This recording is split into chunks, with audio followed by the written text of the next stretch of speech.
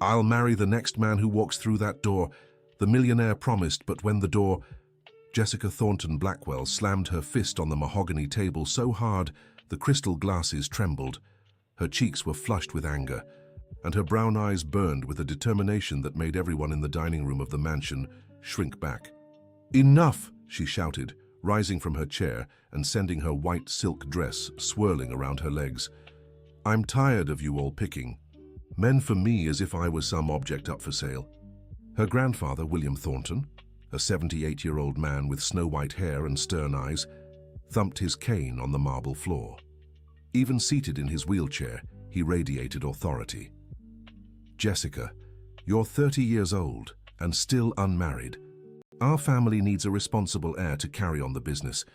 We can't let our fortune disappear just because you're too stubborn to accept a good match." "A good match?" She laughed bitterly.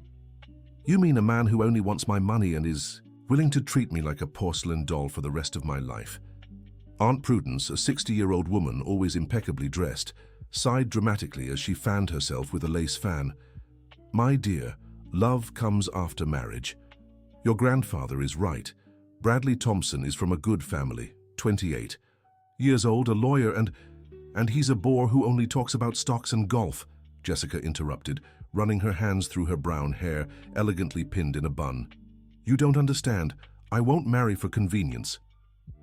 Cousin Michael, a 40-year-old man with a neatly trimmed moustache and a navy blue suit, chuckled softly as he sipped his wine. "Dear cousin, you live in a fantasy world. Marriage is business. It always has been. Our grandparents married that way, our parents too. Why should you be any different?" Jessica felt her blood boil. Since childhood, she'd been pressured to be the perfect granddaughter, the ideal heiress. She studied business administration, learned 3 languages, played piano, and knew every rule of social etiquette. But when it came to choosing her own destiny, her opinion meant nothing. "You know what?" she said, walking to the window overlooking the garden of their Upper East Side mansion in New York City. "I'll prove to you that marriage has nothing to do with money or social status." "And how do you plan to do that?" her grandfather asked, narrowing his eyes. Jessica turned to face the entire gathered family. Her relatives watched her with curiosity and a hint of unease. She took a deep breath, her heart pounding.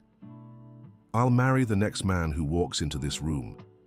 It doesn't matter who he is or where he comes from. If you think marriage is just a contract, then fine, but it'll be my choice." The silence that followed was deafening. Aunt Prudence dropped her fan, Cousin Michael nearly choked on his wine, and Grandfather William turned, so red Jessica feared he might have a heart attack. "Have you lost your mind?" her aunt whispered, clutching her chest. "This is madness, Jessica. Take those words back at once." "I won't take back a thing," she shot back, crossing her arms. "You want me to marry? Then I'll marry, but it'll be on my terms." Grandfather William struck his cane again, this time harder. "You insolent girl, you can't be serious. Our family has a reputation to uphold.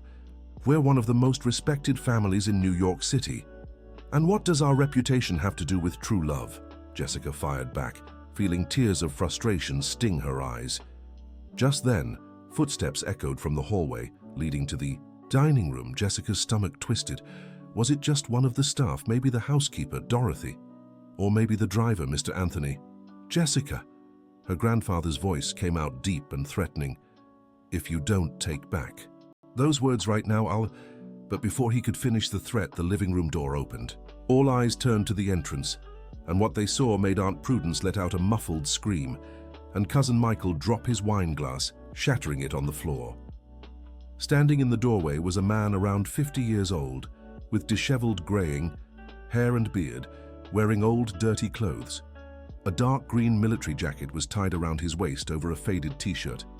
In his grimy hands, he held a brown wool cap. The smell coming from him was a mix of alcohol, sweat, and the streets. The man stopped in the entrance, staring wide-eyed at all the wealth around him. His brown eyes, despite their exhaustion and confusion, still held a glimmer of intelligence. "Sorry," he said hoarsely, clearly embarrassed. I was looking for the kitchen. The lady at the front desk said I could get some food." Jessica felt the world spin around her. Her heart raced and she pressed a hand to her chest. feeling the pearl necklace her grandmother had left her. That impulsive promise she'd made in anger was now materializing before her eyes in the most unimaginable way. Grandfather William was so pale, he looked like he'd seen a ghost. Aunt Prudence kept crossing herself, murmuring prayers under her breath. Cousin Michael stood with his mouth open, unable to say a word. Dear listener, if you're enjoying the story, don't forget to like and especially subscribe to the channel. It really helps us newcomers.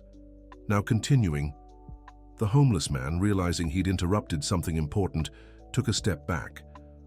I'm sorry, I didn't know anyone was here. I'll find the kitchen another way. But Jessica couldn't move. Her legs felt like jelly and her breath came short. She had made a promise in front of her entire family, a promise she now had to keep. Wait, she managed to say, her voice weaker than she intended. The man stopped and looked at her in surprise. Jessica felt the weight of her family's stares, waiting to see if she'd really have the courage to keep her word. What's your name? She asked, trying to steady her voice.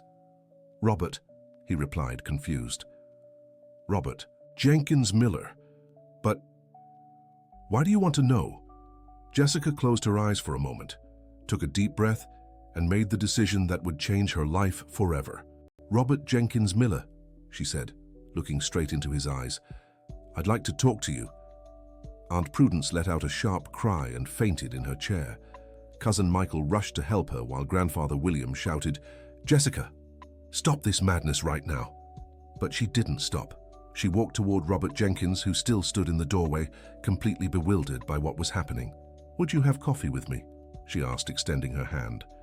Robert Jenkins looked at Jessica's delicate hand, then at his own dirty ones, and shook his head.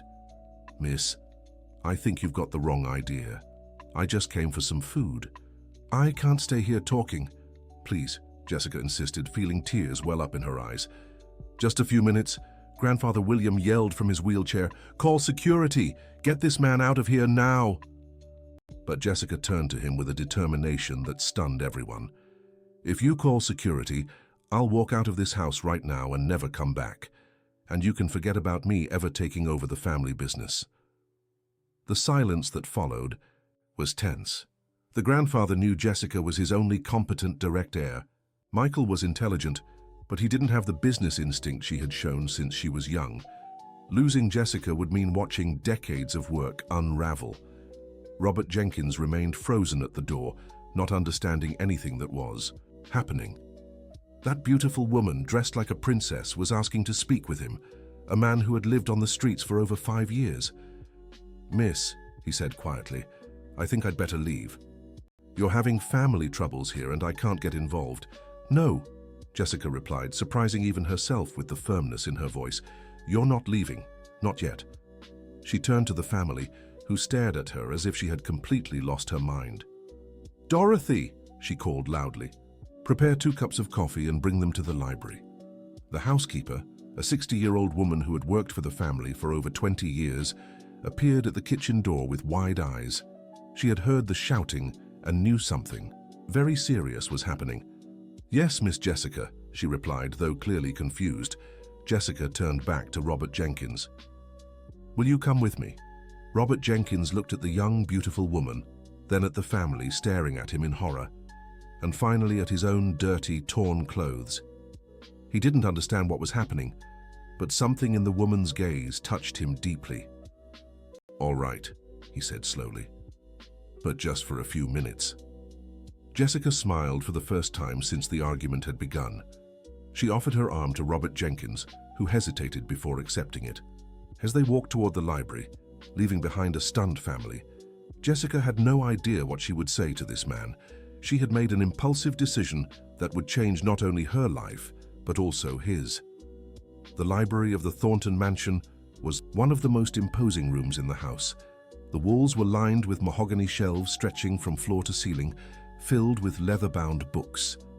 2 English leather armchairs stood near a marble fireplace and a coffee table where Dorothy had placed the fine porcelain coffee set. Robert Jenkins stopped at the entrance, intimidated by the wealth surrounding him. He had never been in a place like this, not even when he still had a normal life. before everything fell apart. "Come in," Jessica said gently. "You won't break anything." He took a few cautious steps, treading on the Persian rug as if walking on eggshells. Jessica watched as he looked around with a mix of fascination and discomfort. "Why do you want to talk to me?" he asked, stopping near the fireplace. "I'm just a homeless man. I have nothing that could interest someone like you." Jessica sat in one of the armchairs and motioned for him to take the other. Robert Jenkins hesitated. "I'm dirty," he said, looking at his clothes. "I'll ruin this nice chair." "Don't worry about that," she replied. "Please sit." He perched on the edge of the chair, clearly uncomfortable. Jessica poured coffee for both of them, noticing how his hands trembled slightly as he took the cup. "My name is Jessica," she said. "Jessica Thornton Blackwell."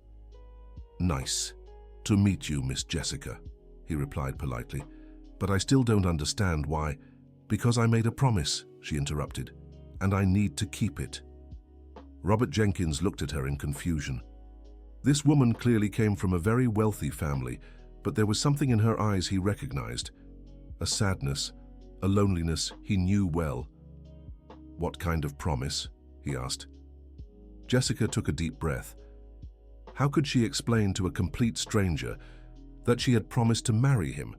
How could she explain that her impulsive moment of rebellion had now become a situation she didn't know how to escape? "It's complicated," she finally said. "Before that, tell me about yourself. How did you end up here?" Robert Jenkins took a sip of coffee, savoring the rich flavor he hadn't tasted in years. He looked at the young, beautiful woman who treated him with more respect than he'd received in a long time. "It's not a pretty story," he said softly. "It doesn't have to be," Jessica replied. "I'd still like to hear it." He fell silent for a moment, as if deciding whether he could trust her. "I was an engineer," he began, surprising Jessica. "Worked for a big firm here in New York City. Had a house, a car, a family." His voice faltered on the last word. "What happened?" she asked gently. "My wife. She got very sick. Cancer. I spent all our savings on treatments, sold everything we had, but it didn't help." Jessica felt her heart tighten. The pain in his voice was genuine and deep. When she passed," he continued, avoiding the word that hurt too much, "I couldn't work anymore. Fell into depression, started drinking, lost my job, then the house, ended up on the streets." "How long has it been?" she asked. 5 years, he answered, looking at his calloused hands. 5 years living day by day with no prospects, no hope. Jessica stayed quiet, processing his story. Here was a man who had lost everything he loved, who had fallen into the deepest abyss a person could experience. And she, who had always had everything handed to her on a silver platter, was complaining because her family wanted to arrange a marriage for her. "Robert Jenkins," she said, "have you ever thought about starting over?" He laughed bitterly. "Starting over? Mrs. Blackwell, you don't understand. When you've been on the streets for 5 years, you lose much more than a house. You lose your dignity, your self-respect, your ability to dream. I'm not the man I used to be. But you're still a man," she said firmly. "A man with knowledge, with life experience." Robert looked at her in surprise. No one had spoken to him like that in years. People avoided him, looked at him with disgust or pity. But this woman was looking at him as if he were a real person. "Why are you being kind to me?" he asked. Jessica hesitated. How could she explain that she'd promised to marry the next man who walked into the room? How could she say she was now trying to figure out if she could keep that insane promise? "Because I believe everyone deserves a second chance," she said, which was true even if it wasn't the whole answer. Just then, the library door swung open abruptly. Grandfather William entered, pushing his wheelchair forcefully, followed by Aunt Prudence, who had recovered from her fainting spell, and Cousin Michael. "Jessica!" Grandfather shouted. "What kind of joke is this? Send this man away immediately." Robert stood up quickly, clearly intimidated by the imposing presence of the family patriarch. "I'll leave," he said, heading for the door. "I don't want to cause trouble for anyone." "No," Jessica said, standing as well. You're not leaving." She positioned herself between Robert and her family, as if protecting him. "Grandfather, I made a promise and I intend to keep it." "What ridiculous promise is this?" Aunt Prudence asked, fanning herself nervously. "I said I'd marry the next man who walked into the room," Jessica answered, hearing Robert choke behind. And that's exactly what happened. The silence that followed was broken by Robert's disbelieving voice. "Marry? You're talking about marriage?" Jessica turned to him, seeing the panic in his eyes. "Yes," she said simply. "Miss, are you out of your mind?" he said, shaking his head vigorously. "I'm a homeless man. I have nothing to offer someone like you. And I'm a spoiled rich woman who's never worked a day in her life," she shot back. "Maybe we both have something to learn from each other." Grandfather William slammed his cane on the floor so hard, the echo reverberated through the entire library. "This is madness. Jessica, you've completely lost your senses. I won't allow our family to be humiliated like this." "You don't have a choice," Jessica replied, surprising everyone with her firmness. "I'm an adult and I can make my own decisions." "Oh, you can," Grandfather said with a cruel smile, "but without a single cent of our inheritance. If you marry this man, you'll be disinherited on the spot." Jessica felt as if she'd been punched in the gut. The Thornton family fortune wasn't just money. It was a multi-million-dollar company, properties, stocks, a legacy built over generations. Without it, she'd have nothing. "See," Cousin Michael said smugly, "now you're coming to your senses, aren't you, cousin?" But to everyone's shock, including her own, Jessica lifted her chin with determination. "Then so be it," she said. "I'd rather be poor and free than rich and enslaved to this family's expectations." Robert Jenkins stared at her in disbelief. This woman was willing to throw away a fortune over some impulsive promise. "Over him? Miss Jessica," he said gently, touching her arm. "You can't do this. You can't throw your life away for my sake." She turned to him, and for the first time since the argument began, smiled genuinely. "I'm not throwing my life away," she said. "I'm finally starting to live it." Aunt Prudence burst into dramatic tears. "Jessica, my dear niece, you can't be serious. Think about what you're doing. Think of your reputation, your future." "I am thinking of my future," Jessica replied, "and for the first time in my life, I'm the one choosing what it'll be." Grandfather William was so furious the veins in his neck bulged. "If you walk out that door now, don't you dare come back. And don't expect a thing from me." "I understand," Jessica said calmly. Robert Jenkins couldn't believe what he was witnessing. A woman who'd clearly been born with a silver spoon was willing to give up everything over a promise made. In anger, it was insane. "Miss Jessica," he said, "I can't accept this. You don't even know me. How can you want to marry me?" She looked him in the eye, and he saw a determination that both frightened and impressed him. "Because for the first time in my life, I'm marrying by my own choice. Not because someone forced me, not for social convenience, but because I decided to." "But that's not reason enough for marriage," Robert protested. "And being rich is," she countered. "My family wants me to marry men who only see me as a trophy, a stepping stone. At least you're honest. You don't care about my money because you didn't even know I had any." Robert fell silent, processing her words. It was true he had no financial interest in her, but marriage was too serious to decide on impulse. "What if we both regret it?" he asked. "Then we get divorced," she said pragmatically. At least we'll have tried to live our own lives. Cousin Michael tried a different approach. "Cousin, let's say you do marry. Where will you live? How will you support yourselves? You've never worked a day in your life." Jessica hesitated for a moment. She really hadn't ever worked. She had always lived off the allowance her grandfather gave her, always had everything paid for by her family. But she had studied business administration, spoke 3 languages, and had skills she could use. "I'll learn," she said. "I'll get a job." "Doing what?" her Aunt Prudence asked sarcastically. "You have no experience at all." "Then I'll start from scratch," Jessica replied, "like everyone else." Robert Jenkins watched her with a mix of admiration and concern.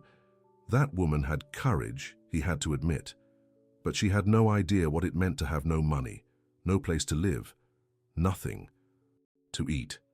"Miss Jessica," he said gently, "have you ever gone hungry, ever slept on the street?" Ever been humiliated because you couldn't pay for a meal? She looked at him and for the first time seemed to hesitate. No, she admitted. I've never experienced any of that. Then you don't know what you're talking about, Robert, Jenkins said. Poverty isn't romantic, it's harsh, cruel, and it destroys people's souls. But we won't be poor, Jessica said, trying to sound confident. I'll work, I'll earn money. With what qualifications? Her grandfather. William interrupted harshly. Do you think anyone will hire a spoiled little rich girl who's never worked a day in her life? His words cut Jessica like knives. She knew he was right. Who would hire her? She had no experience, no professional references, no connections outside her family's social circle. Robert Jenkins saw the uncertainty in her eyes and felt his heart tighten.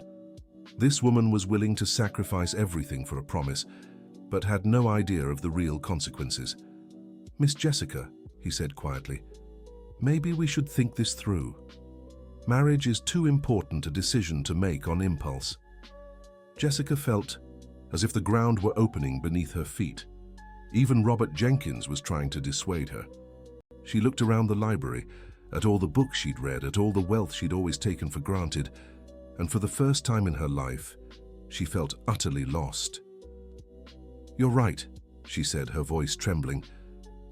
I know nothing about real life. I've never worked, never struggled, never had to fend for myself. Aunt Prudence sighed in relief.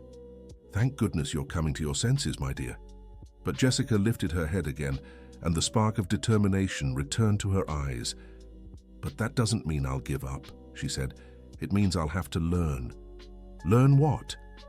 Her cousin Michael asked. Learn to be a real person, she replied. Learn to support myself, to work, to live without depending on family money. Grandfather William laughed scornfully. And how do you plan to do that, little dreamer? Jessica looked at Robert Jenkins, who watched her with an unreadable expression. Robert Jenkins, she said, will you teach me? Teach you what? He asked, confused. To live, she answered simply. To really live. The silence that followed was tense. Robert Jenkins looked at this determined young woman, at the wealthy, family watching in horror, and found himself facing a decision that would change not only her life, but his own. Miss Jessica, he said slowly, are you sure about what you're asking? To really live means giving up all this comfort, all this security. I'm sure, she replied without hesitation. Robert Jenkins took a deep breath. There was something about this woman that moved him deeply, an honesty, a courage he hadn't seen in years. Maybe she really could learn. Maybe they could both learn something together. All right, he said finally. I accept. Aunt Prudence fainted again. Cousin Michael began muttering curses under his breath, and Grandfather William was so furious he couldn't even speak. But Jessica smiled.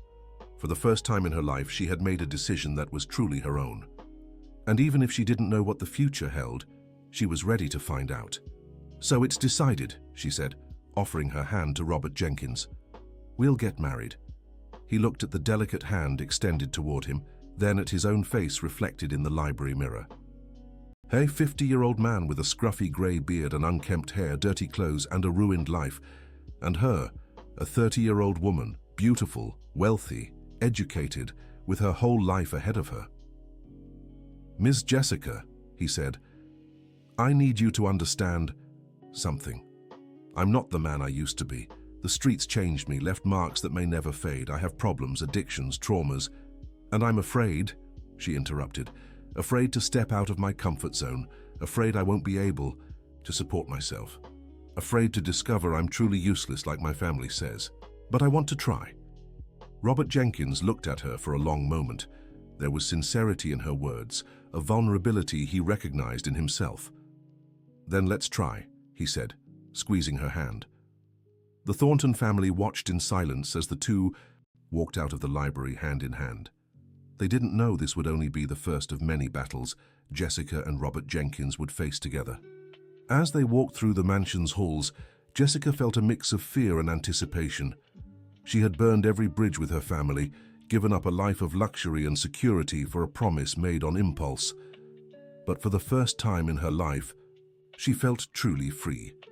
Robert Jenkins, she said, stopping near the mansion's front door. Yes? Thank you, she said simply. For what? He asked, confused. For giving me a chance to discover who I really am. He smiled for the first time since entering that house. Thank you, he replied, for reminding me I'm still human. And so a spoiled socialite and a disgraced engineer walked out of a mansion in the Upper East Side together, unaware that their journey to discover the true meaning of love and life was only just beginning. But what they didn't know was that the Thornton family wouldn't give up so easily, and the challenges waiting for them beyond those gilded walls would be far greater than either could imagine. 3 weeks had passed since Jessica and Robert Jenkins left the Thornton mansion. They were living in a small one-bedroom apartment in the Lower East Side, which Jessica had managed to rent with the jewelry she carried the day she left home. The apartment was on the 3rd floor of an old building with no elevator and had only the basics: a bed, a small wardrobe, a plastic table, and 2 chairs. Jessica sat on the edge of the bed, looking out the window at the busy street below. Her brown hair, once always impeccably styled, was now tied back in a simple ponytail. She wore jeans she'd bought at a discount store and a plain white t-shirt. Her hands, once soft and well cared for, were already showing the first signs of calluses. Robert Jenkins walked into the apartment carrying a plastic bag with a few groceries. He had showered and gotten his hair and beard trimmed at a local barber shop. He wore dress pants Jessica had found at a thrift store and a light blue button-up shirt, also second-hand. He looked years younger, and his brown eyes had regained some of their lost spark. I got a few interviews lined up for tomorrow, he said, setting the bag on the table. Jessica turned to him, trying to smile, but he noticed the exhaustion on her face. What kind of work? Construction helper, night security, delivery driver, he answered, starting to take items out of the bag. It's not much, but it's a start. Jessica nodded, trying to hide her sadness. Over the past 3 weeks, she had looked for work in dozens of places: stores, offices, restaurants, schools. All the responses were the same. We're not hiring, or we need someone with experience. Robert Jenkins noticed her discouragement and moved closer to her. And you, how was your day? More of the same, she sighed. It seems no one wants to hire a 30-year-old woman with no professional experience. He sat beside her on the bed and took her hands. Jessica, there's still time for you to go back. Your family... No, she interrupted firmly. I'm not going back. I chose this path, and I'll see it through to the end. Robert Jenkins admired her determination, but also felt guilty. This woman had left a life of luxury for him, and now she was facing the consequences of what might have been a hasty decision. Maybe if you reached out to your family and explained... Robert Jenkins, she said, looking directly into his eyes, are you regretting accepting my proposal? The question caught him off guard. Over the past few weeks, they had shared the same space, the same struggles, the same simple meals. They hadn't officially married yet. That would just be a formality once they stabilized their lives a little. But Robert Jenkins had started feeling something for this woman that went far beyond gratitude. No, he answered honestly. I don't regret it. These have been the best weeks I've had in years. Jessica smiled, and for the first time, in days, it seemed genuine. For me too, she said. As hard as this is, for the first time in my life, I feel real. They sat in silence for a moment, just holding each other's hands. Outside, the sounds of traffic and passers-by created an urban symphony that had grown familiar to them both. Robert Jenkins, Jessica said suddenly. Yes? Tell me more. About your life before everything changed. He hesitated. Talking about the past was still painful, but Jessica had proven to be a good listener these past weeks. My wife and I met in college, he began. Sarah Elizabeth studied architecture. I studied civil engineering. We graduated together. Married 2 years later. Were you happy? Very, he answered with a nostalgic smile. We had plans, dreams. We wanted to build a business together. She'd design the houses, and I'd handle the structural side. We even worked on a few small projects. And then she got sick? Robert Jenkins nodded, feeling the familiar ache in his chest. It started with headaches she thought were from work stress. By the time we found out it was a brain tumor, it was already too advanced. Jessica squeezed his hand gently. "Did you fight hard?" 2 years, he said. 2 years of hospitals, treatments, hopes, and disappointments. I spent everything we had, went into debt, sold it all. But in the end..." His voice broke, and Jessica saw tears forming in his eyes. "In the end, she left anyway, and I was alone. No. Money, no home, no hope. And that's when you started drinking. At first it was just to sleep," he explained. "I couldn't sleep without thinking of her, without missing her. Then alcohol became an escape from reality. I lost my job because I showed up drunk, lost the few friends I had left, and ended up on the streets." Jessica hugged him, feeling his pain as if it were her own. "I'm so sorry, Robert Jenkins. I can't imagine how hard that must have been." "The worst part wasn't losing everything," he said quietly. "The worst part was losing myself. For 5 years, I stopped existing. As a person, I was just a body wandering the streets, waiting for the day to end so I could drink and forget." "And now?" she asked. "How do you feel now?" Robert Jenkins looked at her, and Jessica saw something different in his eyes, a light that hadn't been there when they first met. "Now I feel like I can be human again," he said. "You gave me something I thought I'd lost forever." "What?" "A reason to live," he answered simply. Jessica felt tears burning her eyes. Over the past few weeks, she'd begun to realize her impulsive promise had turned into something much bigger. It wasn't about rebellion against her family or proving a point anymore. It was about two people who had found each other at the moment they needed one another most. "Robert Jenkins," she said, "I want you to know I don't regret what we did, even with all the difficulties, even without knowing what will happen to us." "Neither do I," he replied, kissing her forehead tenderly. At that moment, they heard loud knocks at the door. Robert stood up, confused. They weren't expecting anyone and didn't know their neighbors well yet. "Who could it be?" Jessica asked.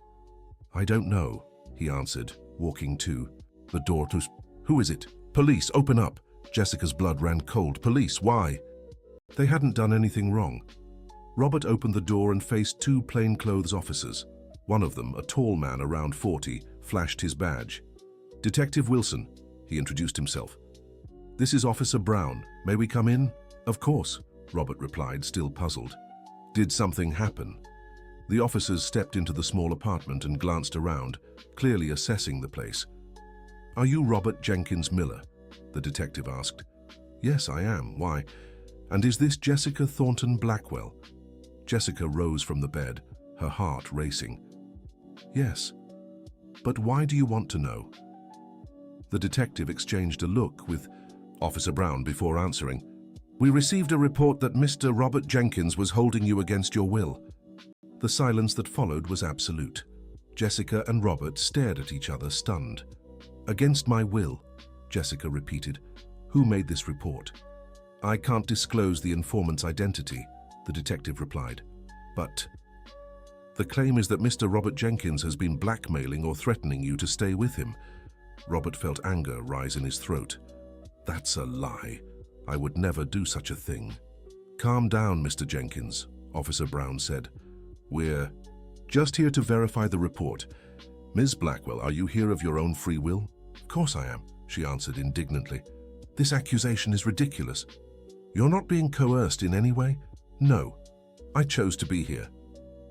The detective looked around the apartment again, noting the stark contrast between the modest surroundings and the refinement in Jessica's voice.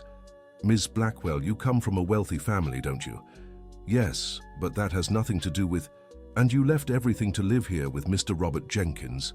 Jessica hesitated. She could see where this was going. "Yes, I did." "Why?" the detective pressed. "Because I wanted to," she replied firmly. Officer Brown scribbled notes on a notepad. "Ms. Blackwell, some members of your family are deeply concerned about you. They believe I'm incapable of making my own decisions." Jessica snapped. "I'm a grown woman. I can choose who I want to live with." "Of course you can," the detective agreed. "But the report is serious. We have to investigate." Robert felt the world spinning around him. After weeks of starting to rebuild his life, of beginning to believe he could have a future. He was now being accused of something horrible. "Officer," he said, trying to stay calm, "I understand you have to do your job, but I would never harm Jessica. I respect her and—" "Do you have a criminal record?" the investigator interrupted. "No, I've never committed any crime." "History of drug or alcohol use?" Robert Jenkins hesitated. Lying to the police would make things worse, but telling the truth could complicate the situation further. I had problems with alcohol in the past, but I've been clean for weeks." The detective and the investigator exchanged meaningful glances. "Mr. Robert Jenkins," the detective said, "we'll need you to come with us to give a statement." "He didn't do anything," Jessica protested. "You can't take him." "Miss Jessica, this is just for clarification. You're not being arrested, only asked to cooperate with the investigation." Robert Jenkins looked at Jessica, seeing the panic in her eyes. "It's okay," he said, trying to reassure her. "I'll go with them, explain everything, and I'll be back soon." "Robert Jenkins, no," she whispered, gripping his hand. "I have to go," he said. "We have nothing to hide." But when Robert Jenkins left the apartment accompanied by the officers, Jessica had a terrible feeling that things were just beginning to unravel. She stood alone in the apartment, pacing back and forth, trying to understand what had happened, who had made that accusation, and more importantly, why. The answer came 2 hours later, when someone knocked on the door again. Jessica opened it and found her cousin Michael standing there. "Hello, cousin," he said with a smile that didn't reach his eyes. "Michael," she exclaimed, surprised. "What are you doing here, and how did you find out where I live?" "It wasn't hard to track." "You down?" he replied, stepping inside uninvited. "This apartment is registered in your name, isn't it?" Jessica closed the door, sensing tension in the air. "Was it you?" she asked directly. "Did you make the accusation against Robert Jenkins?" Michael sat in the plastic chair, looking around the place with disdain. "Wow, cousin, how can you live in a place like this?" "Answer my question," she insisted. "Yes," he said calmly. "I'm the one who called the police." Jessica felt anger flare in her chest. "How could you do something like this? Robert Jenkins hasn't done anything wrong." "Oh, really?" Michael laughed. "A former alcoholic, a homeless man who suddenly convinces a millionaire heiress to abandon everything for him. Doesn't that seem suspicious to you?" "That's not how it happened, and you know it." "I know what I saw," Michael replied coldly. "I saw a man taking advantage of your naivety." Jessica stared at him, realizing there was something more behind this pursuit. "What do you really want, Michael?" He smiled, and this time the smile was cruel. "I want you to come home. Grandpa is very sick, Jessica. The doctor said he doesn't have much time." The news hit Jessica like a bolt of lightning. As angry as she was with her grandfather, she still loved him. What's wrong with him? "Heart problems. The stress of watching you throw your life away like this has made it worse." Jessica felt guilt begin to gnaw at her chest. Would it be her fault if something happened to her grandfather? "Michael, you come home, cousin. Take your place in the family, marry someone suitable, and care for Grandpa in his final moments. Or keep playing house with that deadbeat, and let the man who raised you die alone." Michael's words were like daggers in her heart. Jessica sat on the edge of the bed, feeling the weight of the decision she'd have to make. "What about Robert Jenkins?" she asked quietly.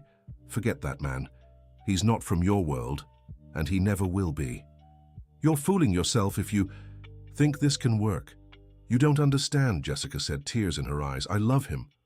Michael laughed scornfully. "Love? Cousin, you've known this man for 3 weeks. That's not love. It's pity, or worse, teenage rebellion." "That's not true." "Isn't it?" Michael stood and walked to the window. "Then tell me, what do you two have in common? What future can you possibly have together? He has no money, no job, nothing to offer you." "He offers me something no man in our social class ever would," Jessica replied firmly. "And what's that?" "Honesty, companionship, the chance to be myself." Michael shook his head. "You're deceiving yourself, cousin. At the first real hardship, this man will abandon you. Men like him are opportunists by nature." "Robert Jenkins isn't like that." "Isn't he?" Michael pulled an envelope from his jacket's inner pocket. "Then explain this." Jessica took the envelope with trembling hands. Inside were copies of documents showing Robert Jenkins had been admitted to an alcohol rehabilitation clinic 3 times in the last 5 years. The most recent medical report was dated just 2 months before they met. "Where did you get this?" she asked weakly. "I have my connections," Michael replied. "The man you think you know has a history of lies and manipulation, cousin. Look at this. He's gone through 3 treatments and always relapsed, and he left. The last clinic 2 months ago, right around the time he showed up at our house, don't you think?" Jessica felt as if the ground were crumbling beneath her. Had Robert Jenkins lied to her? Had he hidden important details about his past? This doesn't change anything," she said, but her voice lacked conviction. "It doesn't?" Michael pressed. "Cousin, you're living with a man who has serious psychological issues, who could relapse at any moment, who might become violent when he drinks. Robert would never be violent with me. Are you sure? You've known him for 3 weeks. Do you know how he reacts under pressure when he's drunk?" Jessica fell silent, processing the information. It was true she hadn't known Robert long. It was true he'd hidden crucial details about his past, but did that make him dangerous? "Michael," she finally said, "even if all of this is true, Robert deserves a chance to start over." "And you deserve to be happy," Michael exploded. "Cousin, you're 30 years old.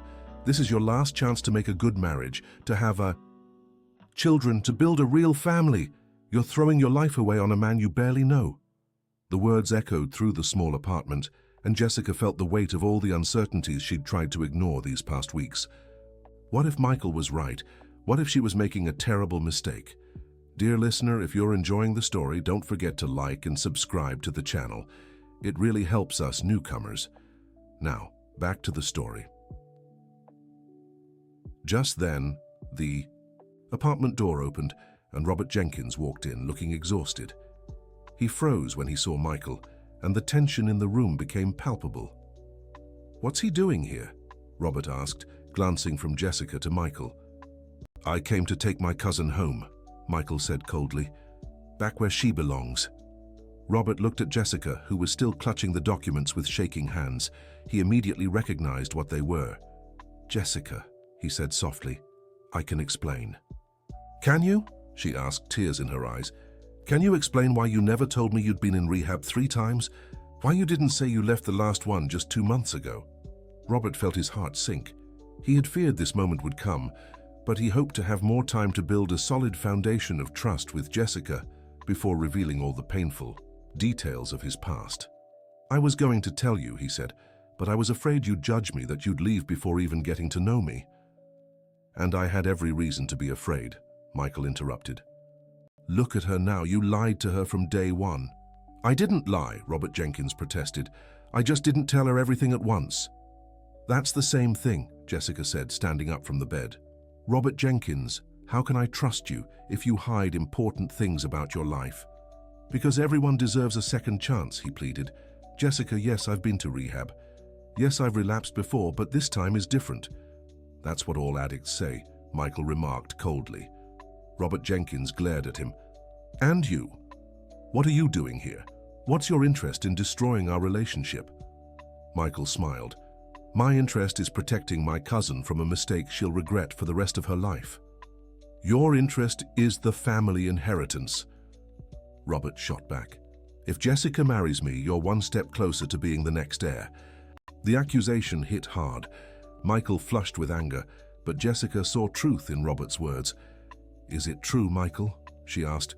"Are you doing this for yourself?" "Cousin, I'm trying to save you from a terrible mistake," Michael replied, avoiding a direct answer. "Jessica," Robert stepped closer, "I know I lied by omission. I know I broke your trust. But please give me a chance to explain everything, to prove I've really changed." Jessica looked at the 2 men before her. One represented her past, financial security, family approval. The other represented uncertainty, but also the possibility of discovering who she truly was. "I need to think," she finally said. "I need time to process all this." "There isn't time, cousin," Michael said. "Grandfather is waiting for you. Every day that passes, he grows weaker. "And I'm waiting for you too," Robert murmured. "Waiting for you to trust me enough to give me a chance to prove I'm not the man I used to be." Jessica felt torn between two choices that seemed equally impossible. Going home would mean abandoning Robert and admitting her attempt at independence had failed. Staying meant continuing, with a man she now had serious doubts about. "Michael," she said, "I'll go see grandfather. But it doesn't mean I'm coming home for good. Cousin, and Robert," she continued, "I need you to tell me absolutely everything about your past. No omissions, no half-truths, everything." Robert nodded, relieved to have a chance. "I promise, Jessica, I'll tell you everything. And if I find out you lied about anything, this is over," she said firmly. "Understood," he replied. Michael smiled, satisfied. He knew once Jessica returned to the mansion, it would be much easier to convince her to abandon this foolishness for good.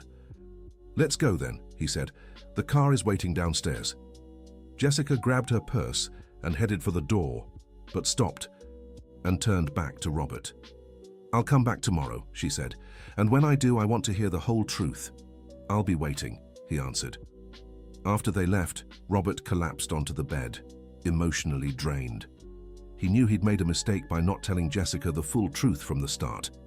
But he also knew if he had, she might never have given him a chance. Now he had until the next day to decide how to explain 5 years of personal hell to a woman who had grown up in a world where problems were always solved with money. How could he explain the pain of losing the person you love most? How could he explain the emptiness that alcohol temporarily filled?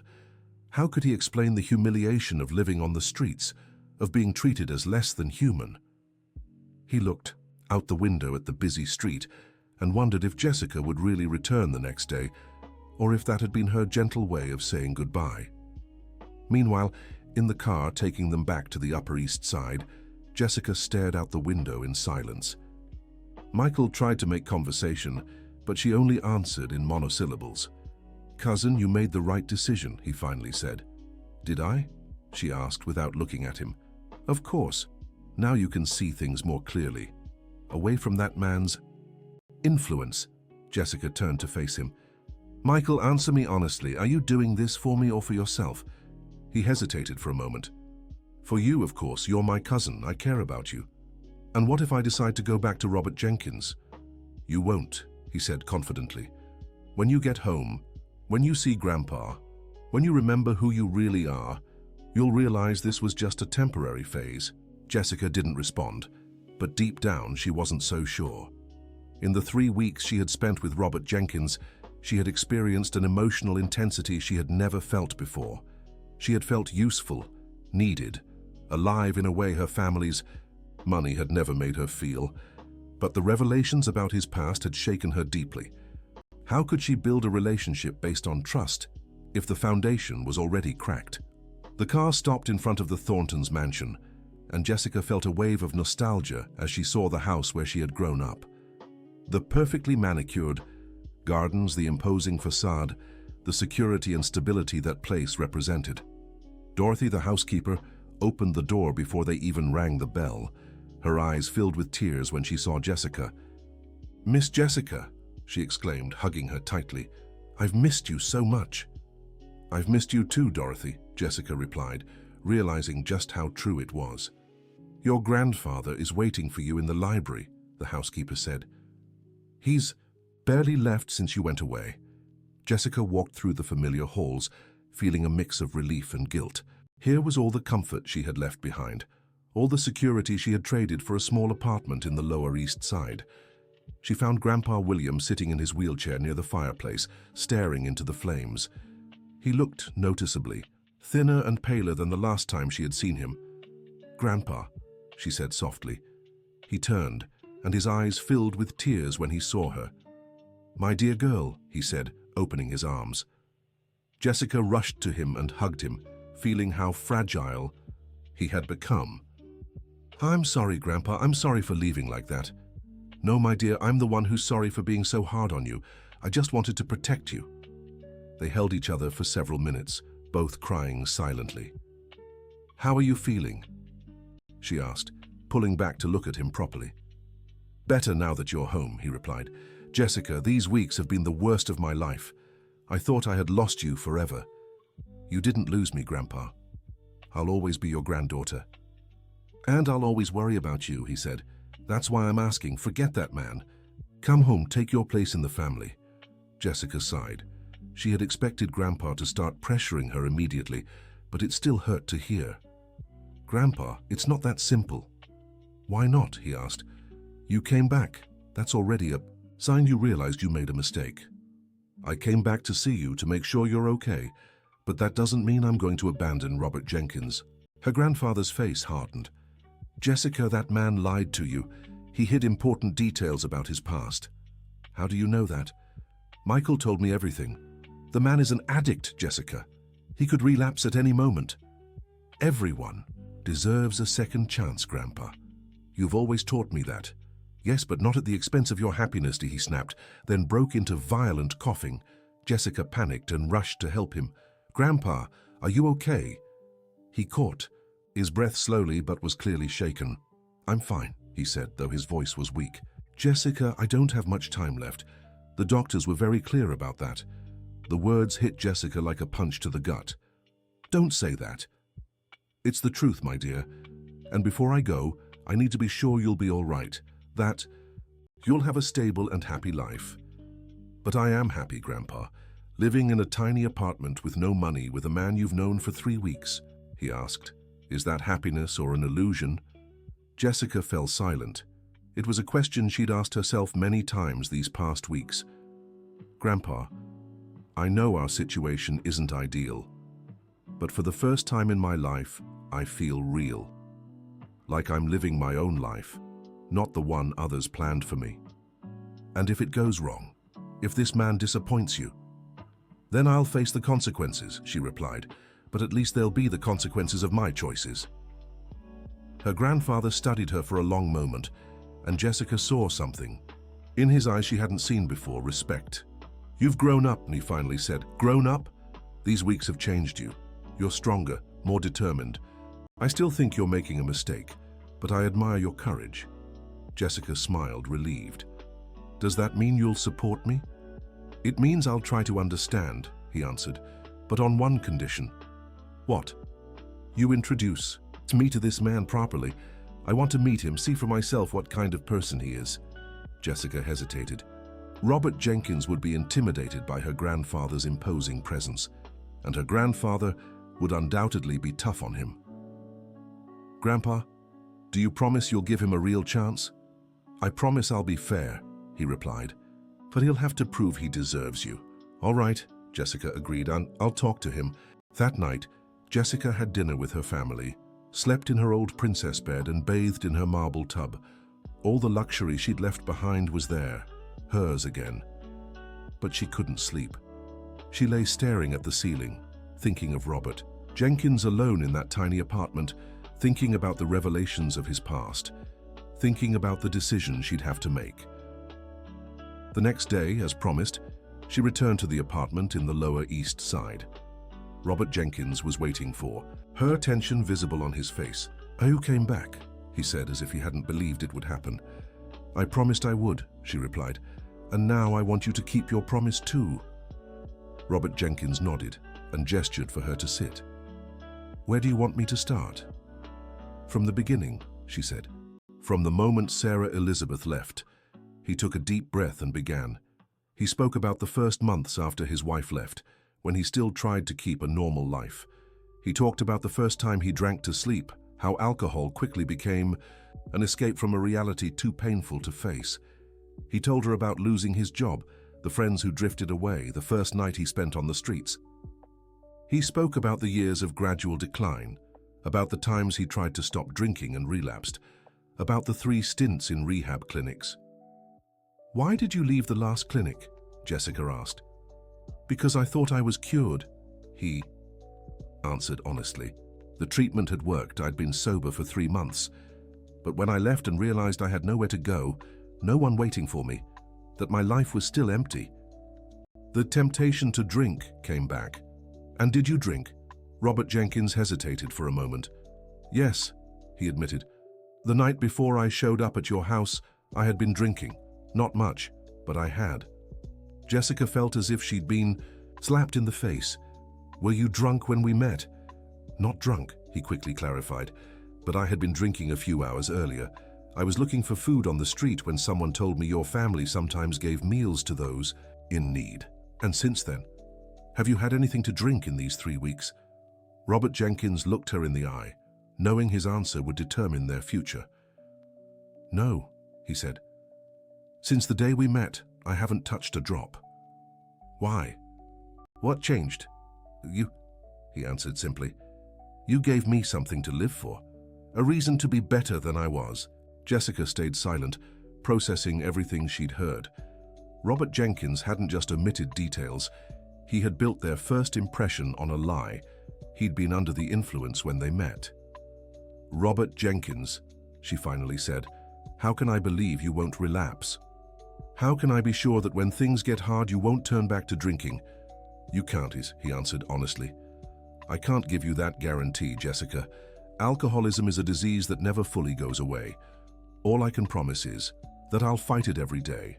And if you relapse, then I'll get help again. I'll go through treatment as many times as it takes. And what about me? She asked, tears in her eyes. Where do I fit into this equation? Do I just wait for you to get better? Take care of you when you're drunk? Pretend everything's fine when it's clearly not? Robert Jenkins felt his heart breaking. He knew he didn't have a good answer to those questions. I'll understand if you want to walk away, he said quietly. I'll understand if you think being with me is too risky. Jessica stood and walked to the window, looking down at the busy street below. She thought about her conversation with her grandfather, the security her old life offered, the uncertainties that came with being with Robert Jenkins. My grandfather wants to meet you, she said suddenly. Robert Jenkins was surprised. Meet me, why? Because he knows I won't give up on you easily, she answered, turning to face him. And because he wants to be sure what kind of man you are. And you, he asked, do you still want to be with me after everything I've told you? Jessica studied him for a long moment. Yes, Robert Jenkins had lied by omission. Yes, he had serious struggles that could affect their relationship. But there was something about him that moved her deeply, an emotional honesty she'd never found in other men. I want to try, she finally said, but with conditions. What conditions? First, no more lies or omissions. If you feel the urge to drink, you tell me. If you're struggling, you tell me. Total transparency. Agreed. Second, you'll keep up with medical care, therapy, support groups, whatever it takes. I agree to that too. And third, you'll meet my family. You'll prove to them you're not the man they think you are. Robert Jenkins hesitated. The idea of facing that wealthy, powerful family terrified him. Jessica, I don't know if... To Robert Jenkins, she interrupted him. If we want a real chance, we need to face every obstacle, including my family. He looked at her and saw the determination in her eyes. That woman was willing to fight for them, but she needed him to fight too. All right, he said, I'll meet your family. And you'll be yourself, she added. No pretending to be someone you're not. What if they don't like me? Then we'll face it together, she replied, taking his hands. But at least we'll have tried. Robert Jenkins pulled her into a hug, feeling a mix of relief, fear, and hope. Thank you, he whispered. For what? For giving me a second chance, for believing in me when I didn't believe in myself. And thank you, she answered, for teaching me that real love has nothing to do with money or social status. They held each other for a long time, knowing the bigger challenges were still ahead. The battle to win the Thornton family's acceptance would be just the first of many obstacles they'd face together. But for the first time since they'd met, both felt they were building something solid, based on truth and mutual trust. Maybe it wasn't the most conventional start to a relationship, but it was honest. And for two people who'd spent years living lives that weren't truly theirs, honesty was the most precious gift they could give each other. The meeting between Robert Jenkins and the Thornton family was set for the following Sunday in the mansion's library. Jessica had spent the week preparing Robert for what awaited him, explaining each family member's personality and what he could expect. My grandfather will try to intimidate you, she explained the night before. He'll ask tough questions, challenge your intentions with me. And how should I respond? Robert asked, visibly nervous. With the truth, she said simply. Always the truth. Robert had bought a used suit from a thrift store, and Jessica had helped him pick a tie. He looked far different from the disheveled man who'd shown up at the mansion weeks ago, but he was still clearly someone who'd been through hardship. That Sunday morning, they arrived at the mansion together. Dorothy greeted them at the door with a warm smile for Jessica and a curious glance at Robert. "Dorothy," Jessica said, "this is Robert Jenkins." "Pleasure to meet you, Dorothy," he said, politely. "The pleasure is mine, Mr. Jenkins," she replied, noting his good manners. In the library, the whole family was gathered. Grandfather William sat in his wheelchair near the fireplace, wearing a dark suit that made his pallor even more pronounced. Aunt Prudence sat in an armchair, fanning herself nervously, while Cousin Michael stood by the window with a look of disdain. "Grandfather," Jessica said, "this is Robert Jenkins Miller." Robert walked up to the grandfather and extended his hand. "Mr. Thornton, it's an honor to meet you." The old man shook his hand, studying him with piercing eyes. "Sit," he said, gesturing to a chair strategically placed in the center of the room where everyone could watch him. Robert sat, trying not to show his nerves. "So," the grandfather began, "my granddaughter tells me you intend to marry." "Yes, sir. And what do you have to offer her?" The question was blunt and harsh. Robert took a deep breath before answering. "Honestly, Mr. Thornton, in material terms, I have nothing to offer. No money, no property, no established career." Aunt Prudence let out a dramatic sigh and Michael smirked. "Go on," the grandfather said, "but I can offer my respect, my dedication, and my sincere love. I can offer the commitment to work hard to build a life together." "Sincere love?" Michael interrupted sarcastically. "You've known my cousin for a month. How can you talk about love?" Robert Jenkins turned to face him. "You're right. A month isn't enough time to know someone completely, but it's enough time to recognize a special person when you meet them." "And what makes my granddaughter special to you?" her grandfather asked. Robert Jenkins looked at Jessica, who was sitting near the fireplace, and smiled. "Your granddaughter saw me as a person, when everyone else saw me as a problem to be solved. She treated me with dignity when I had forgotten what dignity was. She gave me hope when I had given up on hope." "Very touching," Prudence said with irony, "but romantic words don't pay the bills." "You're right," Robert Jenkins agreed. "And that's why I'm looking for work, why I intend to rebuild my career." "At 50, Michael asked, who's going to hire an engineer who's been out of the market for 5 years? "Maybe no one will hire me as an engineer right away," Robert Jenkins admitted. "But I can start as an assistant, as a laborer, as anything. The important thing is to start." The grandfather leaned forward, intrigued. "And do you think my granddaughter will be content with a simple life? She was raised in luxury. She's never known hardship." "Mr. Thornton," Robert Jenkins said, carefully, "I won't lie and say our life will be easy. It will be hard, especially at first, but I believe Jessica is stronger than you think." "How can you be so sure?" Prudence asked. "Because I've seen her these past weeks. I've seen how she's adapted to a completely different life, how she's looked for work despite being rejected multiple times, how she hasn't complained once about the difficulties." Jessica felt her heart race. Robert Jenkins was defending her with a passion that moved her. "And what about your problems with alcohol?" her grandfather asked bluntly. "How can we be sure you won't relapse?" The question created a tense silence in the room. Robert Jenkins knew his answer would be crucial. "You can't," he said honestly. "I can't even give that guarantee to myself. Alcoholism is a disease that requires constant treatment." "So, you admit you're a risk?" Michael pressed. "I admit I'm human," Robert Jenkins replied. "That I have flaws, that I've made mistakes, that I'm still recovering, but I'm also doing everything I can to stay sober." "Like what?" her grandfather asked. "I attend Alcoholics Anonymous meetings 3 times a week. I go to individual therapy once a week. And most importantly, I have a reason to live that goes beyond my own pain."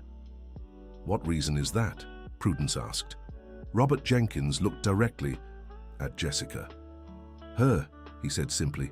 Jessica gave me a second chance at happiness, and I won't waste that chance. The grandfather studied Robert Jenkins for a long moment.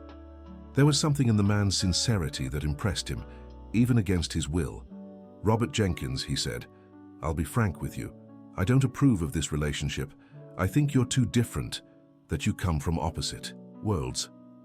"I understand, sir.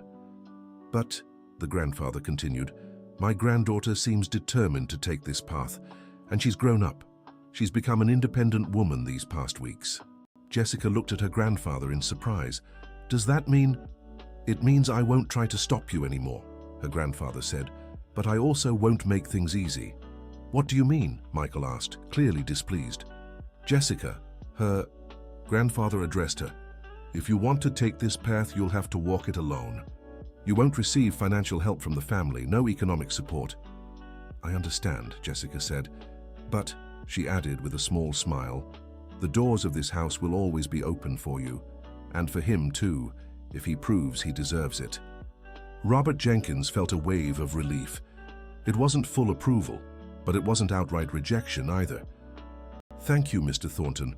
I'll do everything to prove I'm worthy of your granddaughter's trust." "I hope so," the grandfather replied, "because if you hurt her, if you disappoint her, you'll have to deal with me." Despite the threatening words, Robert Jenkins saw a glimmer of respect in the patriarch's eyes. After they left the mansion, Jessica and Robert Jenkins walked in silence through the estate's gardens. "How do you feel?" she finally asked. "Like I just passed the hardest test of my life," he answered. "Your grandfather is intimidating, but he's fair." "And now? What do we do?" Robert Jenkins stopped and faced her. "Now we build our life together, step by step, day by day.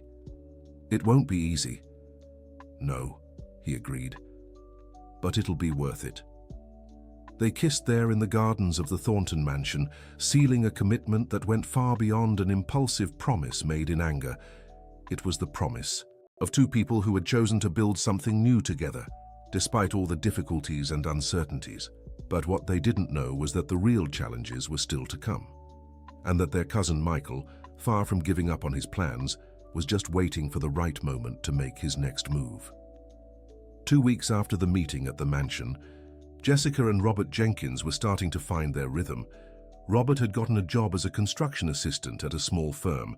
The pay was low, but it was a start. Jessica, meanwhile, had finally secured a position as a receptionist at a medical office in the city center. Dear listener, if you're enjoying the story, don't forget to like and especially subscribe to the channel. It helps us a lot as we're just starting out now. Back to the story. It was a Thursday evening when they came home from work, exhausted but satisfied at having completed another productive day. Jessica was learning to cook simple dishes, and Robert helped with household chores. It was a life very different from what she'd known, but there was a sense of purpose she'd never felt before. They were eating dinner when someone knocked at the door. Robert went to answer and found 2 well-dressed men he didn't recognize. "Robert Jenkins Miller?" one asked. "Yes, that's me.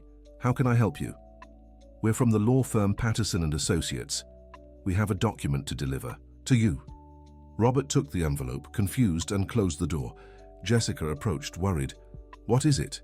He opened the envelope, and his eyes widened as he read the contents. "It's a legal notice," he said, his voice weak. "About what?" Robert read the document twice before answering, trying to grasp the legal implications. "I'm being sued by Margaret Wilson Miller." "Who is Margaret Wilson Miller?" Jessica asked, her stomach twisting. Robert sat heavily in the chair, the paper trembling in his hands. "She's my sister-in-law," he said quietly. "Sarah Elizabeth's sister." "And why is she suing you?" Robert reread the document, struggling with the legal jargon. "She's claiming I owe her money she lent for Sarah Elizabeth's treatment." Jessica felt as if the ground were opening beneath her. Another revelation about Robert's past he hadn't mentioned. "How much money?" "According to the lawsuit, $200,000, he answered, his voice breaking. $200,000, yeah?" Jessica repeated, incredulous. "Robert Jenkins, where would all that money come from? Margaret Wilson has always been financially successful. She's a doctor, runs a private practice. When Sarah Elizabeth..." Got sick, she offered to help with the treatment costs. And you accepted?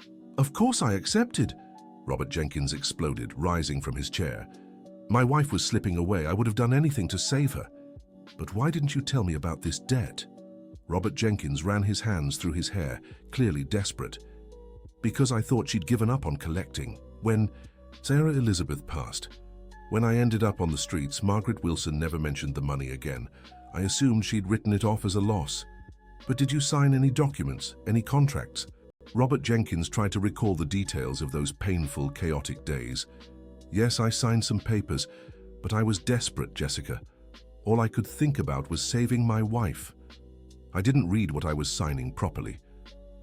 Jessica reread the lawsuit, trying to grasp the implications. According to this document, the debt is adjusted for inflation and carries interest. The current amount is $350,000. Robert Jenkins slumped back into his chair, covering his face with his hands. $350,000, he repeated. I don't even have $3,000. And if you don't pay, they'll seize my assets. What assets? We don't own anything valuable. Exactly, Robert Jenkins said bitterly. They'll find out I can't pay and have me arrested. Jessica felt panic rising in her chest. Arrested? Can they do that? If the judge rules there was bad faith in taking on the debt, yes. Jessica began pacing the small apartment, searching for a solution. We'll hire a lawyer, she said. We'll challenge this lawsuit. With what money? Robert Jenkins asked. Jessica, a lawyer capable of handling a case like this charges more than we make in a year. Then we'll go to legal aid. And you think legal aid can compete with the law firm Margaret Wilson hired? Jessica stopped pacing and looked at Robert Jenkins. There was despair in his eyes, but something deeper too. Guilt. Robert Jenkins, she said softly. Is there something about this debt you're not telling me? He held her gaze for a long moment before answering. There is. What? Robert Jenkins stood and walked to the window, staring at the dark street outside. When Sarah Elizabeth passed, I was a wreck. I drank heavily at the funeral, drank even more in the days after. A week later, Margaret Wilson came to see me. And? She was furious with me, said I'd killed her sister. Jessica felt a chill. Why would she say that? Because she believed I should have taken Sarah Elizabeth for treatment in the US from the start, said if I'd been a real husband, I'd have found a way to pay for treatment there. But you didn't have the money for that. Exactly what I told her, Robert Jenkins continued. And that's when she made the offer. What offer? Robert Jenkins turned to face her, and Jessica saw tears in his eyes. She said she'd lend me the money to take Sarah Elizabeth to the US, $200,000, interest-free, to repay when I could. And you accepted? Of course I accepted. It was my wife's only chance.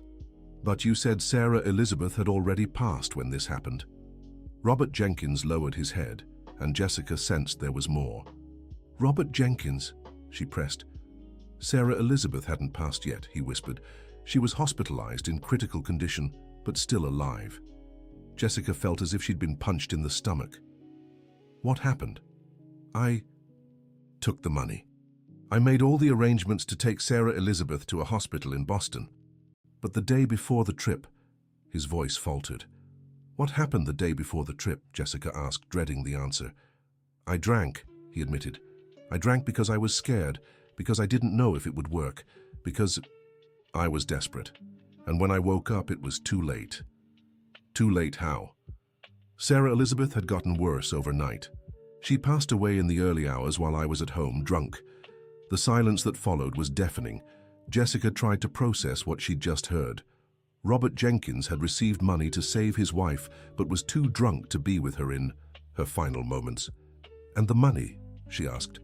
I tried to return it to Margaret Wilson, but she refused. She said I'd killed her sister, and that one day I'd pay for it. And what did you use the money for? Robert Jenkins looked at her with shame in his eyes. To drink, he whispered. I spent it all on alcohol in the following months. When the money ran out, I was on the streets. Jessica sat on the bed trying to absorb everything. The man she loved hadn't just lied about important details of his past. He'd failed his wife at her most critical moment and then wasted the money that could have saved her. Jessica, Robert Jenkins moved closer to her. I know how this looks. I know you must think I'm a terrible man. I don't know what to think, she answered honestly. I was a different person back then. The pain, the desperation, the alcohol, they turned me into someone I didn't recognize. But Sarah Elizabeth was your wife, Jessica said, tears in her eyes. How could you have been drunk when she needed you the most? I have no excuses, Robert Jenkins replied. It was the biggest mistake of my life. It's something that haunts me every day. And now Margaret Wilson wants the money back. Now Margaret Wilson wants to destroy me, he corrected. She's always blamed my irresponsibility for Sarah Elizabeth's death. This lawsuit isn't just about money, it's about revenge. Jessica stood up and walked to the apartment door. Where are you going? Robert Jenkins asked, alarmed. I need fresh air. I need to think. Jessica, please don't leave me now. I know I've made terrible mistakes, but... Robert Jenkins, she interrupted him. You didn't just make mistakes, you failed the person you loved most in the world. How can I be sure you won't fail me too? The question cut through Robert Jenkins like a knife. He had no answer for her. I'm going for a walk, Jessica said. When I come back, we'll talk about what we're going to do. After she left, Robert Jenkins collapsed onto the bed and cried as he hadn't in years. All the guilt, all the regrets, all the shame from the past came rushing back. He'd thought he could build a new life without his past catching up to him. But the past always finds a way to collect its debts. Meanwhile, Jessica walked through the streets of the Lower East Side, trying to sort through her thoughts.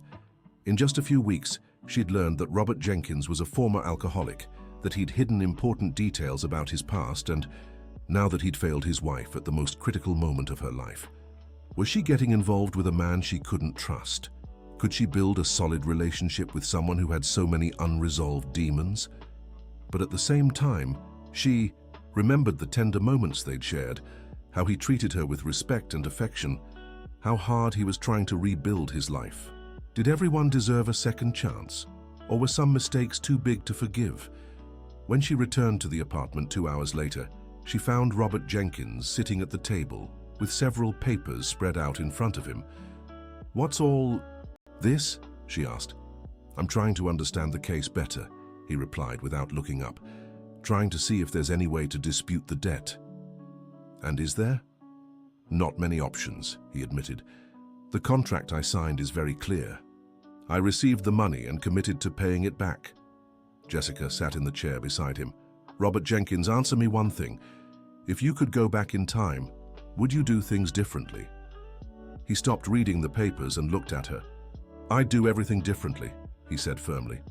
I wouldn't have drunk, I would have stayed by Sarah Elizabeth's side until the end. I would have returned the money as soon as she passed. And now? How do you plan to handle this? Honestly, he sighed, I don't know, I can't pay back $350,000. I could offer installments, try to negotiate, but in the end, I don't have any assets to secure this debt. What if I helped? Robert looked at her, surprised. How? I could borrow the money from my family. My grandfather would lend me that amount. Jessica, no, Robert said firmly. I won't let you go into debt because of my past mistakes. But if we do nothing, you could go to jail. Then I'll go to jail, he replied, but I won't drag you down with me. Jessica fell silent for a moment, thinking about their options. There's a third alternative, she finally said. What? We talk to Margaret Wilson, try to negotiate directly with her. Jessica, you don't know Margaret Wilson. She hates me. She believes I killed her sister. Maybe she'll change her mind if she sees you're trying to rebuild your life. Robert shook his head. She won't even want to hear me out. Then I'll go alone. What? He said, alarmed. Jessica, absolutely not. Why not? She has nothing against me. Maybe she'll agree to talk. And what will you say to her? The truth, Jessica replied. That you made terrible mistakes in the past but are trying to make amends. That you've been sober for 2 months. That you're working. That you're building a new life. Robert looked at her with admiration and fear. You'd do that for me. I'd do it for us, she corrected. Because if we don't resolve this, we won't have a future together. He took her hands, feeling how they trembled slightly. And if she refuses to negotiate, if she really wants to see me in jail. Then at least we'll have tried, Jessica answered, and then we'll decide what to do next. Robert pulled her into a hug, moved by her willingness to fight for them. I don't deserve you, he said. Maybe you don't, she replied with a small smile, but you're with me, and I don't give up easily on the things I believe in. Do you still believe in us? Even after everything you've learned about me? Jessica looked into his eyes, seeing the vulnerability and fear. Yes, Robert had made terrible mistakes. Yes, he had failed the person he loved most.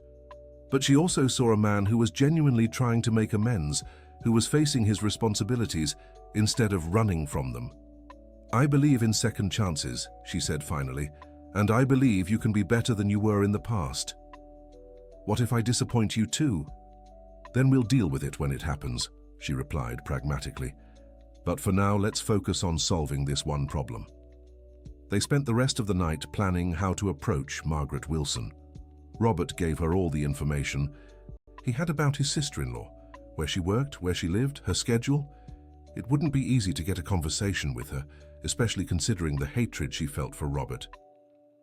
But Jessica was determined to try, not just for their relationship, but also because she was beginning to understand that Robert Jenkins's past mistakes were the result of a pain she couldn't even imagine. And if there was one thing she had learned in recent weeks, it was that everyone deserved a chance to redeem themselves. What she didn't know was that the conversation with Margaret Wilson would reveal even deeper secrets about Robert Jenkins' past, and that her late wife's sister-in-law had motivations beyond simply collecting a debt. On Friday morning, Jessica took the address of the clinic where Margaret Wilson worked and decided to go there during her lunch break. It was a cardiology clinic in the Hamptons, in a modern, elegant building that reflected the doctor's professional success. Jessica dressed carefully, choosing an outfit that made her look respectable but not flashy. She wanted to make a good first impression, but didn't want Margaret Wilson to see her as just another spoiled rich girl. The clinic receptionist informed her that Dr. Margaret Wilson was with a patient, but could see her at 2 in the afternoon if it was urgent. Jessica said it was personal and urgent, and secured the appointment. At exactly 2 o'clock, she was sitting in the waiting room, nervous but determined. When her name was called, she stood and walked to the office, taking a deep breath to calm herself. Margaret Wilson Miller was a woman around 45, with brown hair pulled into a bun and piercing green eyes. She wore a white lab coat over, an elegant business outfit, and carried herself with an air of professional competence. How can I help you? She asked, gesturing to the chair across from her desk. Dr. Wilson, my name is Jessica Thornton Blackwell. I came to talk about Robert Jenkins. The change in the doctor's expression was instant. Her eyes narrowed and her posture stiffened. What do you want with that man? She asked, nearly spitting the words. We're together, Jessica said, trying to stay calm. And I'd like to discuss the lawsuit you filed against him. Margaret laughed bitterly. You're his girlfriend? My goodness, what a lucky break for him. He must have seen you have money and... It's not like that, Jessica interrupted. I came here because I want to hear your side of the story. My side. Margaret stood and walked to the window. My side is that man killed my sister. What do you mean? The doctor turned to face her and Jessica saw deep pain in her eyes. Sarah Elizabeth was more than my sister. She was my best friend, my confidant. When she married Robert Jenkins, I was happy for her. He seemed like a good man. And he wasn't? At first, maybe. But when Sarah Elizabeth got sick, he showed his true colors. Jessica leaned forward, intrigued. What happened? When we found the tumor, I told them they should seek treatment abroad immediately. I had connections at hospitals in the US, knew the best oncologists in the world. And Robert refused. He said he didn't have the money, that they couldn't go into debt like that, as if Sarah Elizabeth's life could be measured. In money, Margaret returned to her chair, clearly emotional. So I offered to lend them the money, $200,000, interest-free, so they could get the treatment Sarah Elizabeth deserved. And he accepted. He accepted, but only after the tumor had already spread. We wasted precious months because he was worried about money instead of his wife's health. Jessica was beginning to understand Margaret's anger better. And when he finally took the money? That's the worst part, the doctor said, tears in her eyes. Everything was arranged. The hospital was scheduled. Doctors were waiting. The flight was booked. Sarah Elizabeth was excited, hopeful. And what happened? Robert Jenkins disappeared, Margaret Wilson said angrily. The day before the trip, he just vanished. Sarah Elizabeth was left at the hospital, alone, waiting for a husband who never showed up. Where was he? Drunk. She spat the word.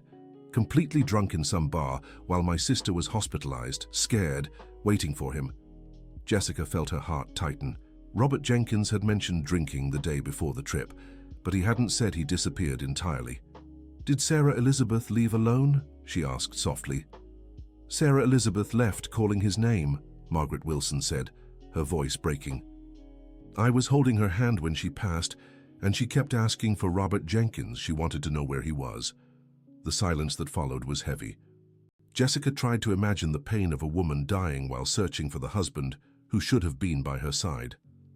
Dr. Margaret Wilson, she finally said, I understand your anger. I understand why you want Robert Jenkins to pay for what he did. You understand? The doctor asked sarcastically. Have you ever lost someone you loved more than life itself because of someone else's irresponsibility? No, Jessica admitted. But I know Robert Jenkins carries that guilt every day. I know he hates himself for what he did. And does that change anything? Margaret Wilson asked. Does his guilt bring my sister back? No. But it might stop him from making the same mistakes again. Margaret Wilson studied Jessica for a long moment. Do you really believe he's changed? I believe he's trying to change. And when he relapses, when he drinks again, what will you do? The question echoed the same doubts Jessica had wrestled with. I'll be there to help him. Like Sarah Elizabeth was, Margaret Wilson asked bitterly, like she tried to help him through her entire illness. Doctor, I'm not here to defend. Robert Jenkins passed. I'm here to ask for a chance for his future. What kind of chance? The chance to pay this debt in a way that doesn't destroy the life he's trying to rebuild. Margaret Wilson leaned back in her chair, thoughtful. And how does he plan to pay $350,000 on minimum wage? Maybe we can negotiate installments, or a reduction in the amount. Why would I do that? Because a revenge won't bring Sarah Elizabeth back, Jessica said firmly, but giving Robert Jenkins a second chance might honor her memory. Margaret Wilson was silent for several minutes, clearly weighing Jessica's words. You know he spent all the money on alcohol? She finally asked. I do. And you still want to stay with him? I want to help him be a better person. Like Sarah Elizabeth tried to do? Maybe, but I have some advantages Sarah Elizabeth didn't. Like what? I knew about his problems from the start. Sarah Elizabeth found out when it was too late. And I'm not sick, I'm not vulnerable. I can be firmer with him. Margaret Wilson stood again and walked to a photo on the wall. It was a picture of her with a younger woman who looked just like her. This is Sarah Elizabeth, she said, touching the frame. She was the kindest person I ever knew. Always saw the good in people. Always believed everyone could change. And Robert Jenkins? Did she believe he could change? Until the very end, Margaret Wilson answered. Even in the hospital, even knowing he wasn't there, she still hoped he'd show up. Jessica stepped closer to the photo, studying the face of the woman Robert Jenkins had loved and lost. Doctor, what would Sarah Elizabeth do if she were here today? Margaret Wilson looked at her in surprise. What do you mean? If Sarah Elizabeth could see Robert Jenkins today, trying to rebuild his life, trying to be a better person, what would she do? The doctor fell silent for a long moment, staring at her sister's photo. She'd probably give you a second chance, she admitted reluctantly. So maybe the best way to honor her memory is by doing what she would do. Margaret Wilson returned to her chair, clearly emotional. You're very clever, she said, or very naive. I haven't decided which yet. Maybe a little of both, Jessica admitted. All right, Margaret Wilson finally said. I'll make you an offer. What? I'll drop the lawsuit, but with conditions. What conditions? First, Robert Jenkins will undergo treatment for alcoholism for the rest of his life. Not just Alcoholics Anonymous meetings, professional medical treatment. I agree. Second, He'll pay me $50,000. Not the original $350,000, but I won't simply forgive the entire debt either. Jessica did the math in her head.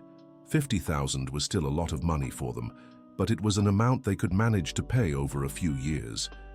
How long? 5 years, $10,000 a year. And the third condition? Margaret Wilson hesitated before answering. I want to see him. I want to talk to him in person. Why?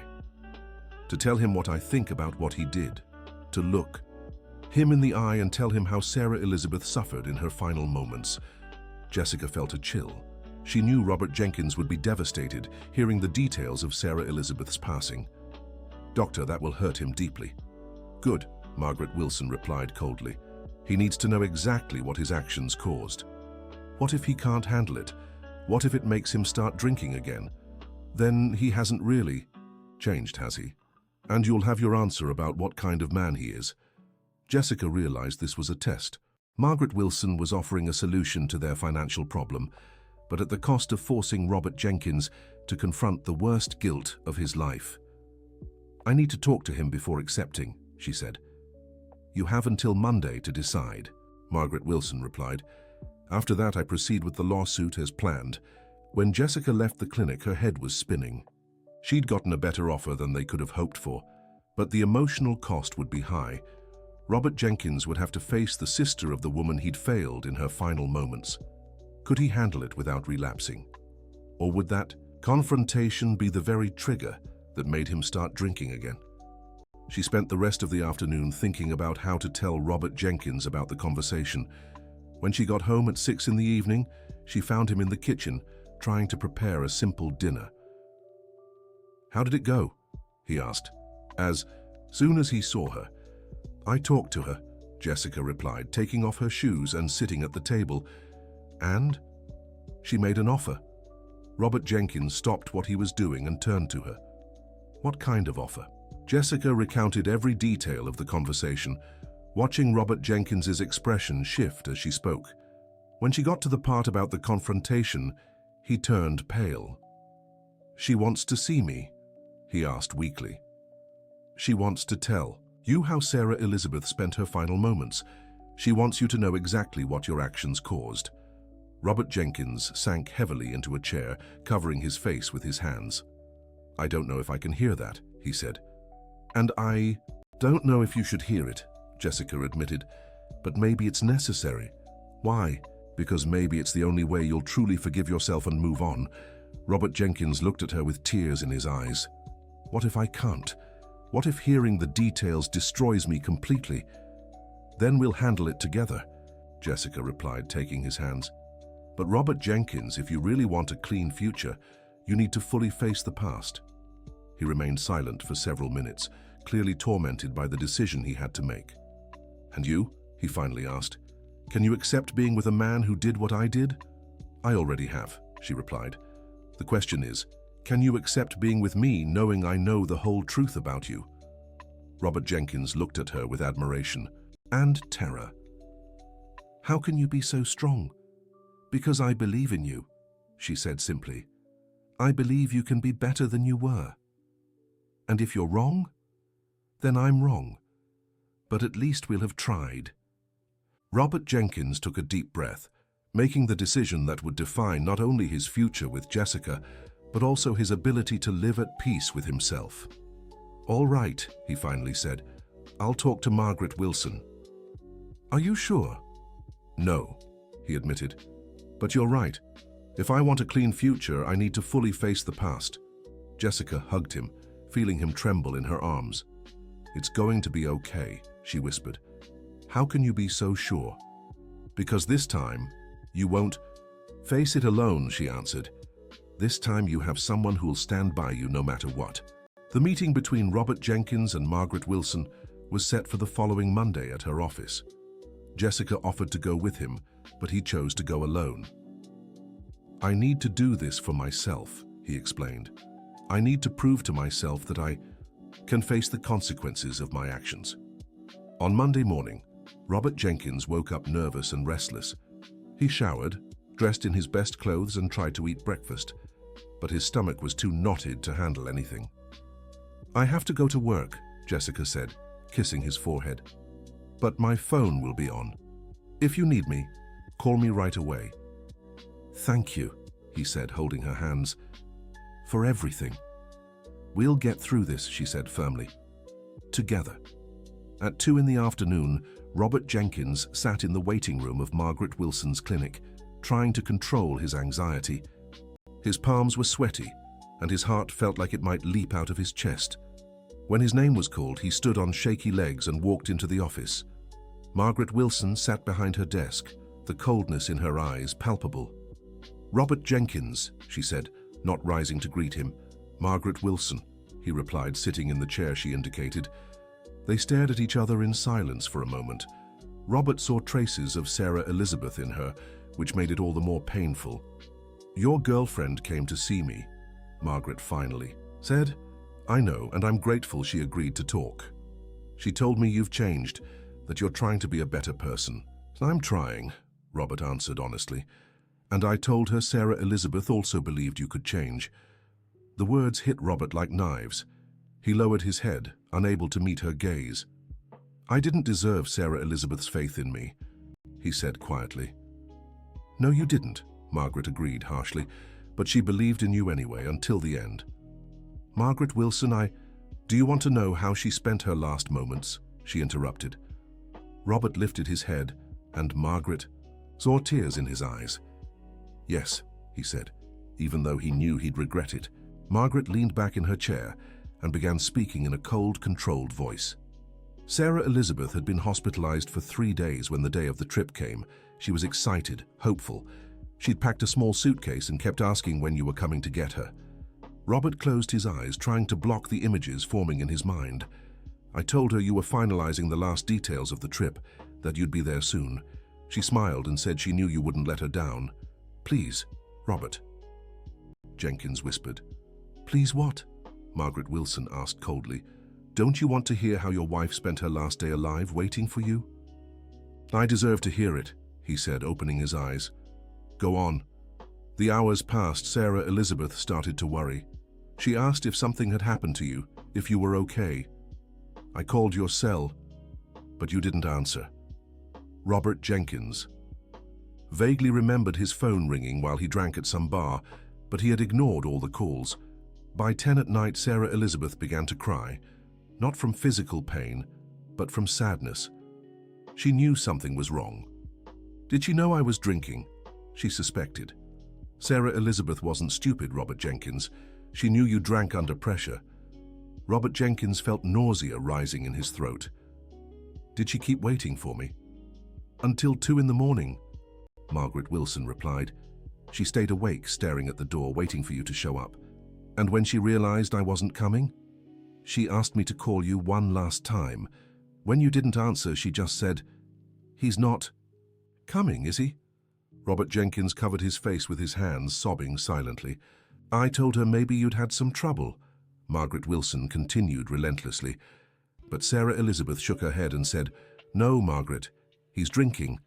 I know my husband. Was she angry with me? No, Margaret, Wilson answered, and the reply was worse than Robert Jenkins expected. She was sad, deeply sad. She said, I thought this time would be different. I thought his love for me would be stronger than the drink. Robert Jenkins felt as if he were being torn apart inside. Every word from Margaret Wilson was a blade cutting into his soul.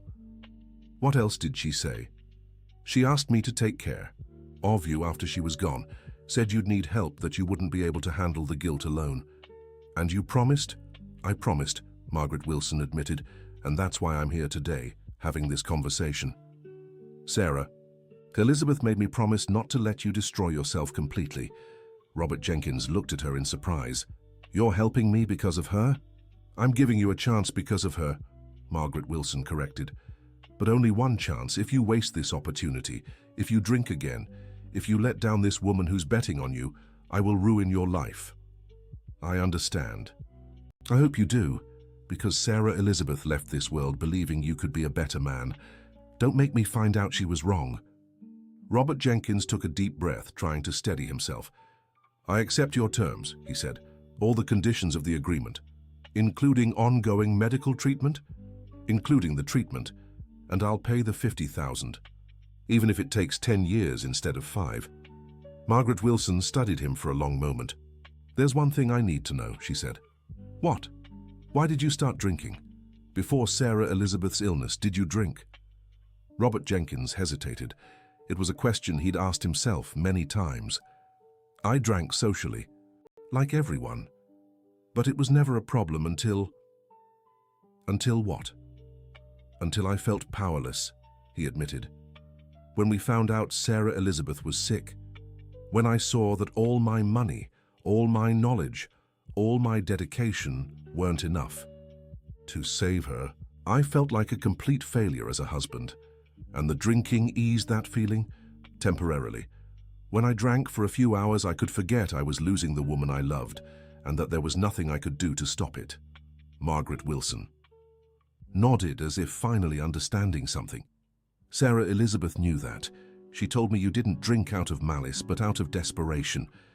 That makes it worse, not better, Robert Jenkins said, because it means I chose alcohol over choosing to stay by her side.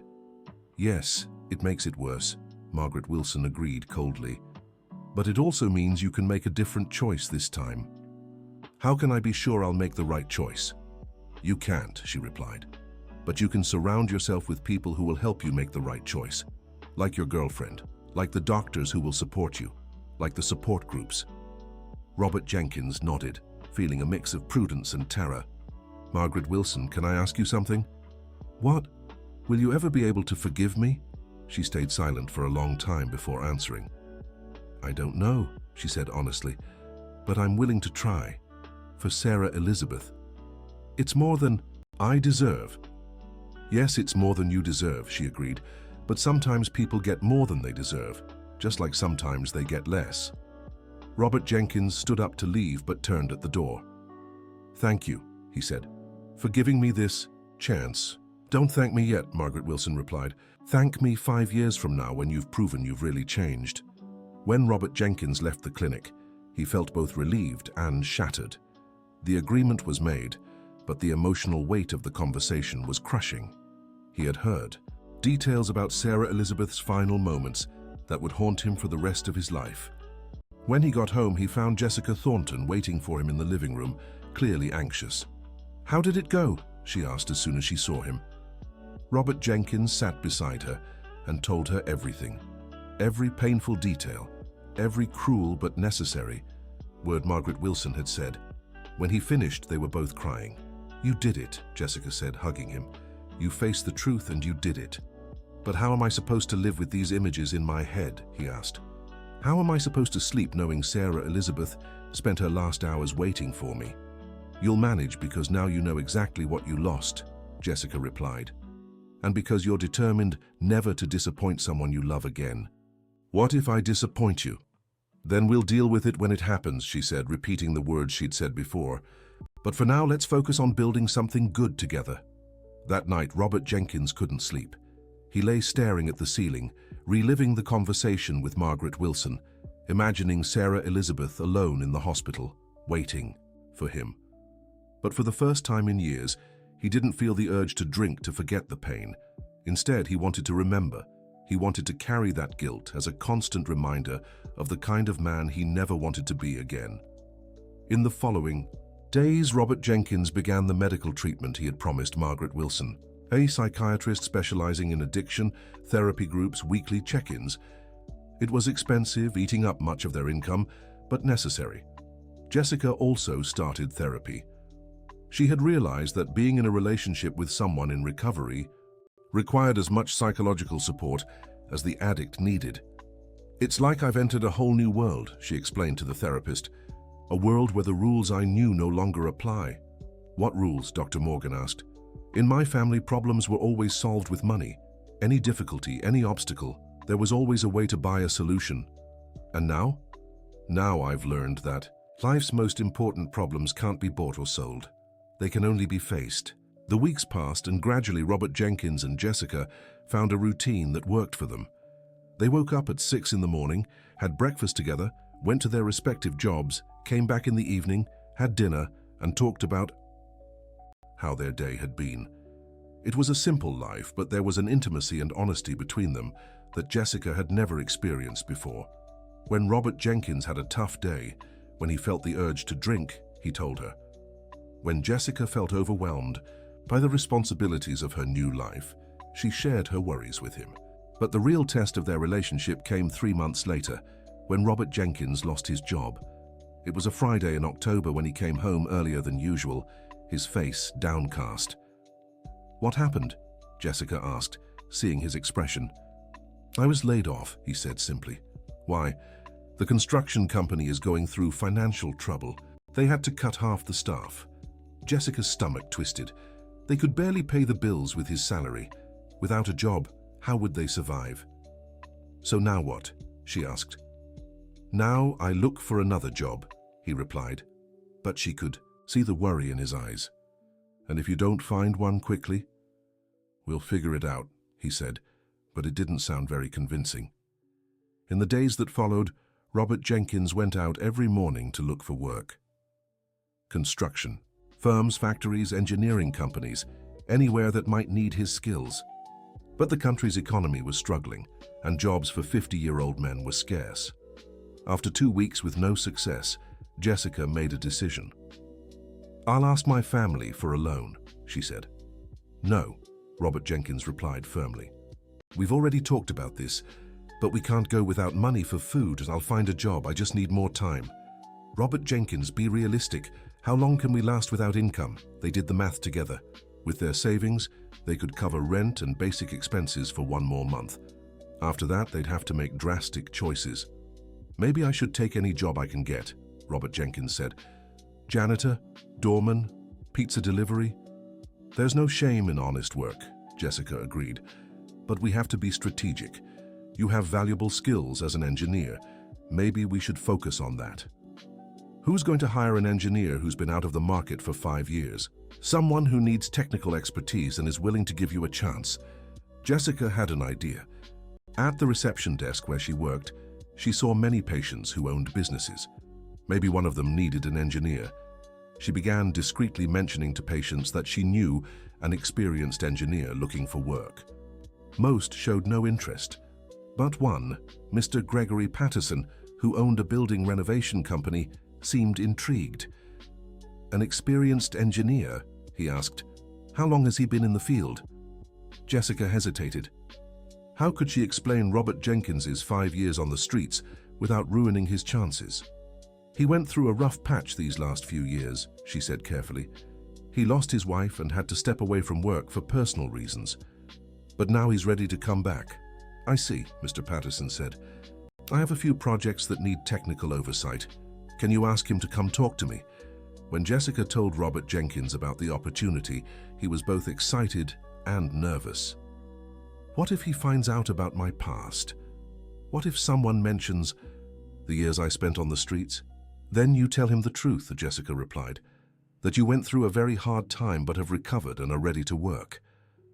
And if he doesn't accept that, then we look for another opportunity, but at least we tried." The interview was scheduled for the following Monday.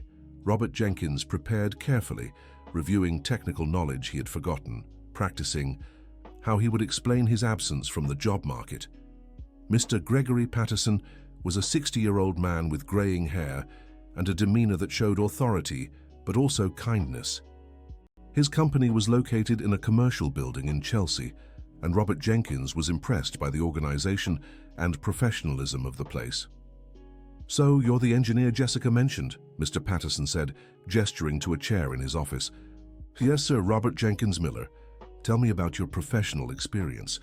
Robert Jenkins spoke about his education, the projects he had worked on before Sarah Elizabeth's illness, and his technical expertise. Mr. Patterson seemed impressed. "And this difficult period you mentioned?" he asked directly. Robert Jenkins took a deep breath. The moment of truth had arrived. "My wife passed away 6 years ago. She had cancer. I didn't handle the loss well and ended up developing problems with alcohol." Mr. Patterson watched him closely, but showed no judgment. "And how are you now?" "I've been in recovery for 8 months. I'm receiving medical treatment and attending support groups. I'm determined not to drink again. And if I hire you, can I count on you? Can I be sure you won't miss work because of relapses? Mr. Patterson, I can't guarantee I'll never struggle, Robert Jenkins said honestly. But I can promise that if I have problems, I'll seek help immediately. And I can promise I'll give my best every single day. The businessman was silent for a few moments, clearly considering the answer. Robert Jenkins, I'll be frank with you. I've also struggled with alcohol in the past. I know how hard it is to stay sober, especially at first. Robert Jenkins looked at him in surprise. You? I drank for 2 years after my son died in a car accident. I almost lost my company, my family, everything. And how did you stop? With a lot of help. And with the determination to honor my son's memory by being the best man I could be. Robert Jenkins nodded, understanding perfectly. That's why I'm going to give you a chance, Mr. Patterson continued. Not out of pity, but because I know men in recovery can be the most dedicated and reliable employees there are. Thank you, sir. You won't regret it. I hope not.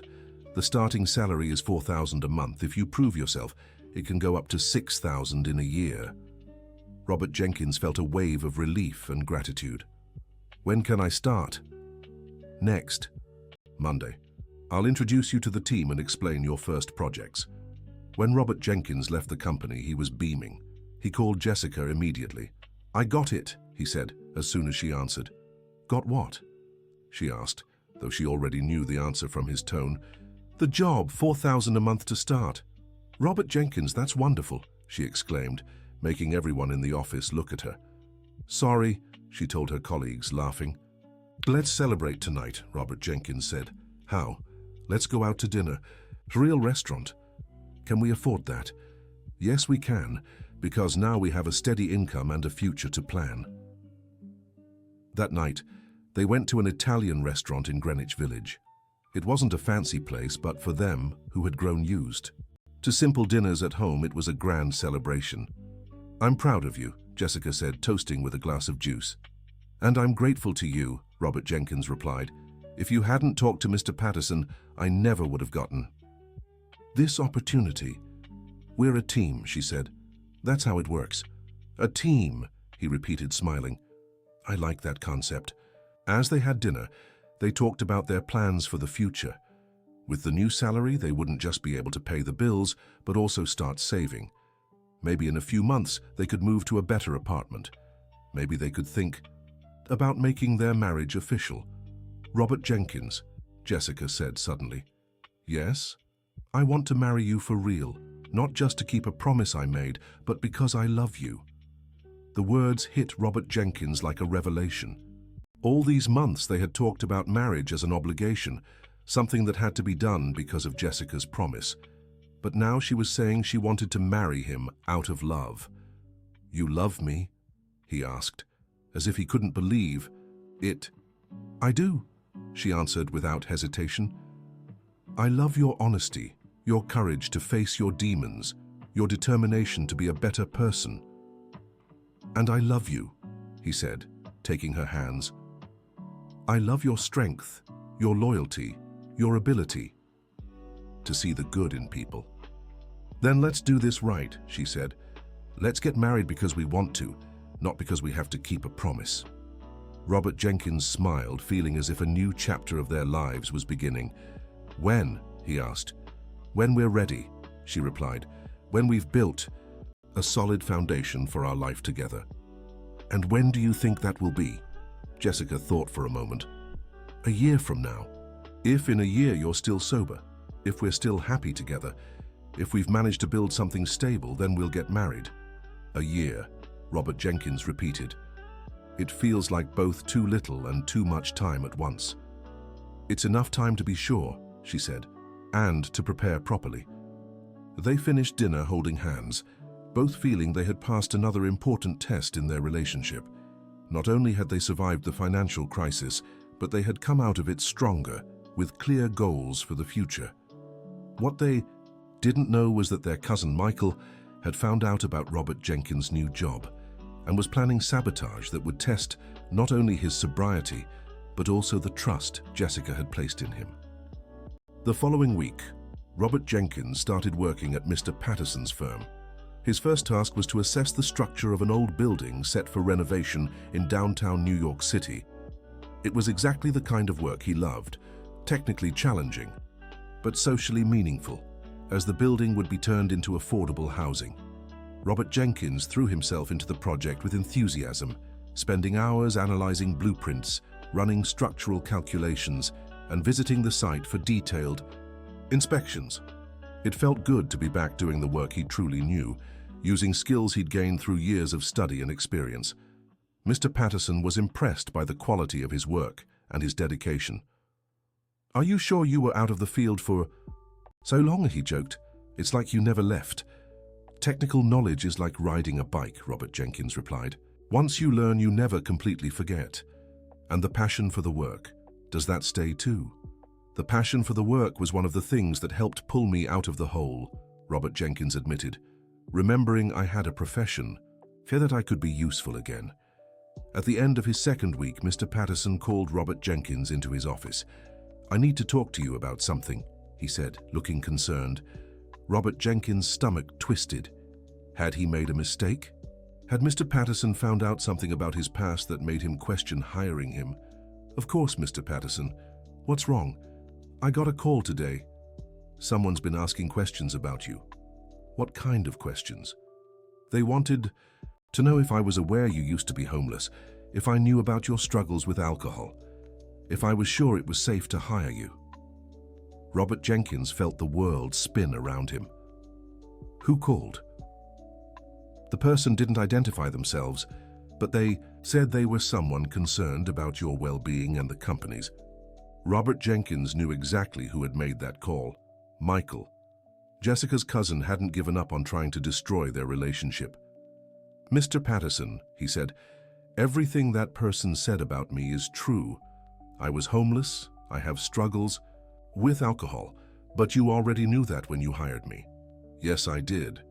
And that's why the call didn't worry me professionally." "Then why are you telling me?" Mr. Patterson leaned back in his chair, studying Robert Jenkins carefully. "Because I want to know who has an interest in harming you, and I want to know if it could affect your work here." Robert Jenkins took a deep breath. The time had come to tell the whole truth. "It's a long story," he said.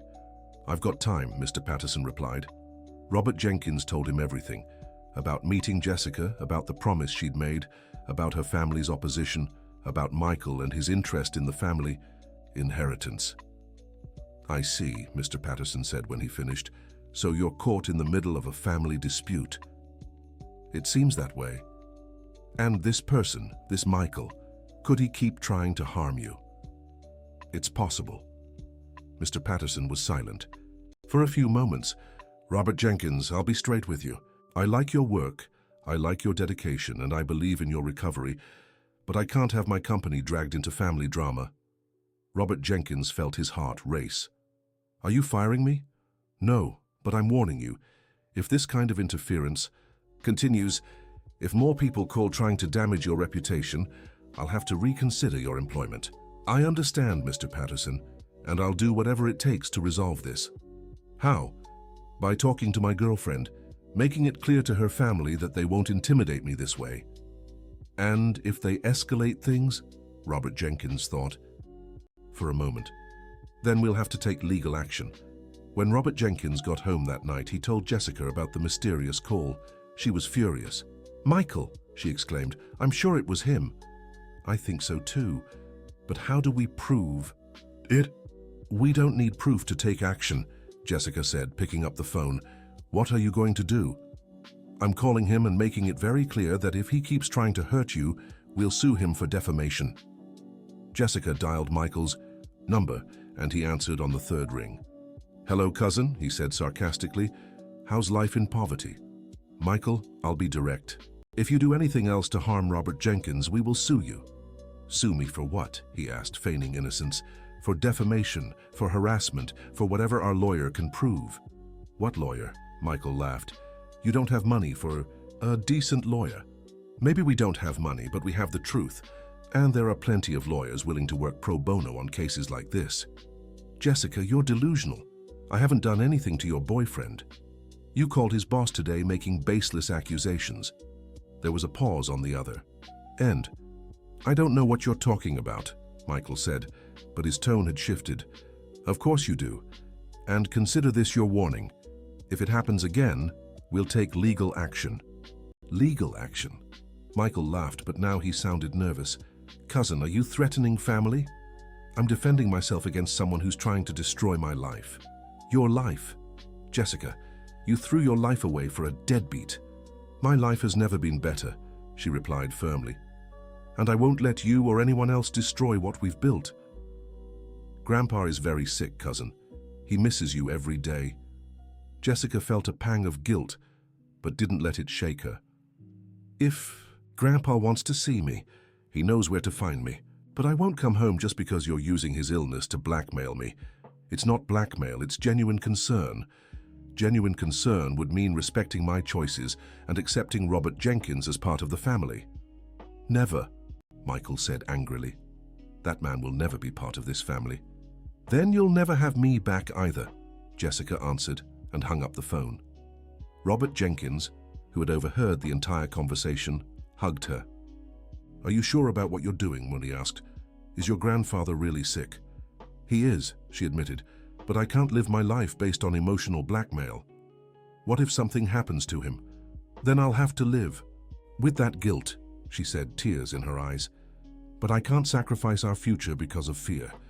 Robert held her tighter, admiring her courage but also worried about the emotional toll she was paying. Jessica, he said, if you want to visit your grandfather, I understand. You don't have to choose between him and me. But I have. To choose between living my own life and living the life they want for me, she replied. And I've already made my choice. In the following weeks, there were no more mysterious calls to Mr. Patterson, and Robert could focus entirely on his work. The building project was going well, and he had started working on a second renovation, this time for a public hospital. Jessica was also making progress at her job. She'd been promoted from receptionist to administrative assistant, with a small raise. For the first time in their lives, they felt financially stable. But that stability was shattered on a Thursday in December when Jessica got a call at work. Jessica? It was Dorothy, the family housekeeper. Dorothy, Jessica exclaimed, surprised. How did you get my number? Your cousin Michael gave it to me. Jessica, I need to talk to you urgently. About what? About your grandfather. He's very ill, my dear. Very ill indeed. Jessica felt her heart tighten.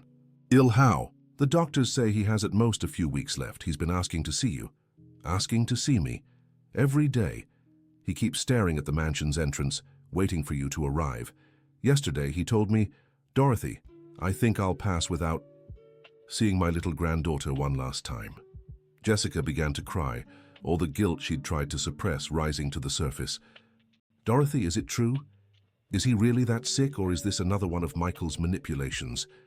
My dear, the housekeeper said tenderly, I've worked for this family for 25 years. I watched you grow up, saw your grandfather, raise you like his own daughter. Do you think I'd lie about something like this? No, Jessica admitted.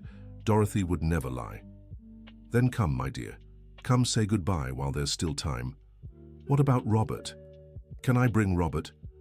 There was a pause on the other end. Your grandfather said if you want to bring him, he won't object. He just wants to see you, Jessica. Just wants to make sure you're okay before he goes. Jessica hung up in tears. She'd spent the last months building a new life, proving she could be independent. But now her grandfather was dying and she wasn't there for him. When she got home that night, she told Robert everything. You need to go, he said immediately. But what about you? I'll go with you if you want. Or I can stay here if you'd rather go alone. I want you to come, she said. I want you to meet my grandfather as he really is, not the stern man you met that first day. Are you sure? I am. We're a team, remember? We face things together. On Saturday morning, they headed to the Thornton mansion. Jessica hadn't been there in nearly 6 months, and seeing the imposing facade of the house where she'd grown up brought a wave of nostalgia and sadness. Dorothy greeted them at the door, tears in her eyes at the sight of Jessica. My dear girl, she said, hugging her tightly, you've gotten so thin. Are you eating properly? I am, Dorothy, Jessica replied, smiling through her tears. This is a healthy thinness, someone who works out and stays active.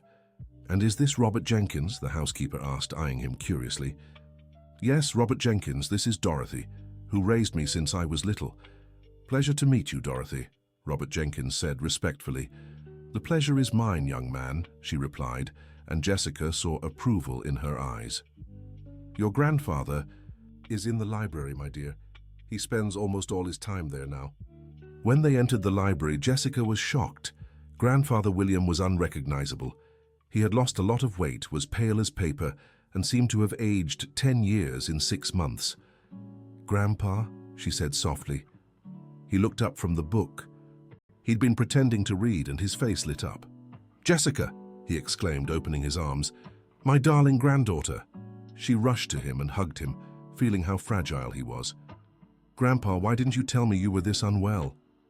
Because you were right, he said, pulling back to look at her. You needed to live your own life. And look how beautiful you are. You're glowing. I am, she asked, surprised by the warm welcome. You are. Your eyes are shining in a way I've never seen before. Jessica turned to Robert Jenkins, who had stayed near the door, clearly uncomfortable. Grandpa, this is Robert Jenkins. Robert, this is my grandfather. Robert Jenkins stepped forward and extended his hand.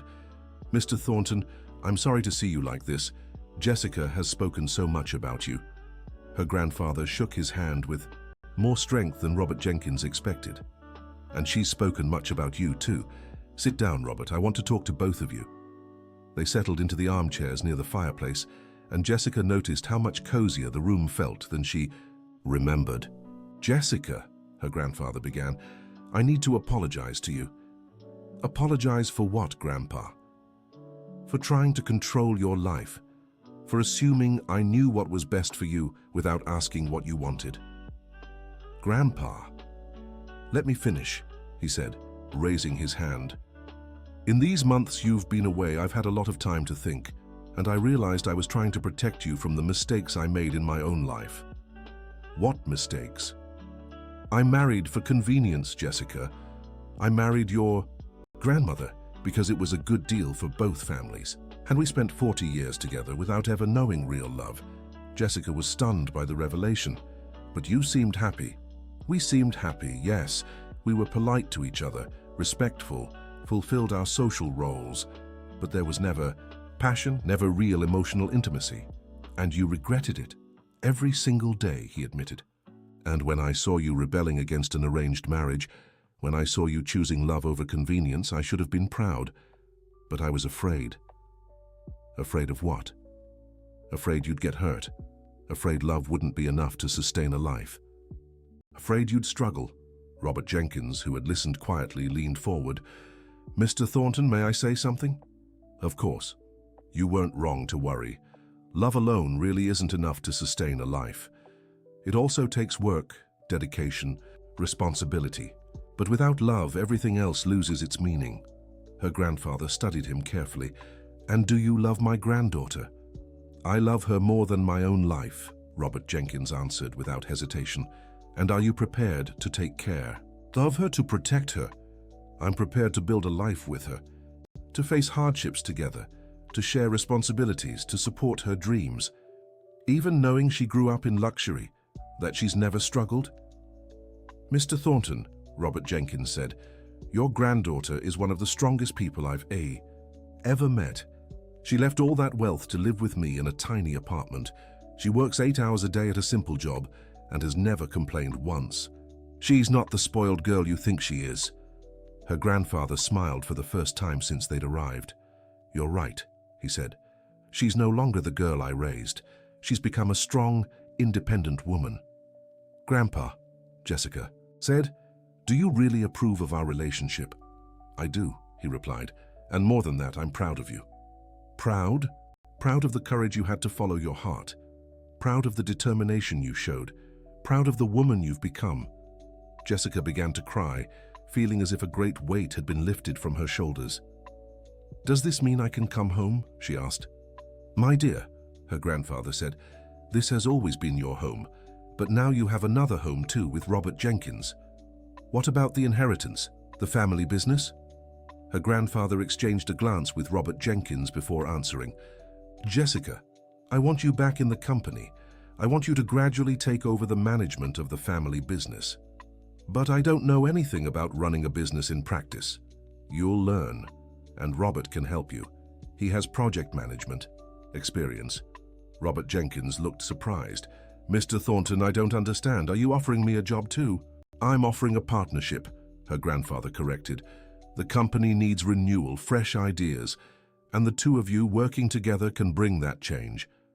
Jessica and Robert Jenkins stared at each other in disbelief. Grandpa, that's incredibly generous, but nothing, he interrupted. Jessica, you're my only true heir. Michael is smart, but he doesn't have your business instincts. And after talking with Robert today, I realized he has exactly the kind of hands-on experience our company needs. What about Michael? Jessica asked. Will he accept this? Her grandfather sighed.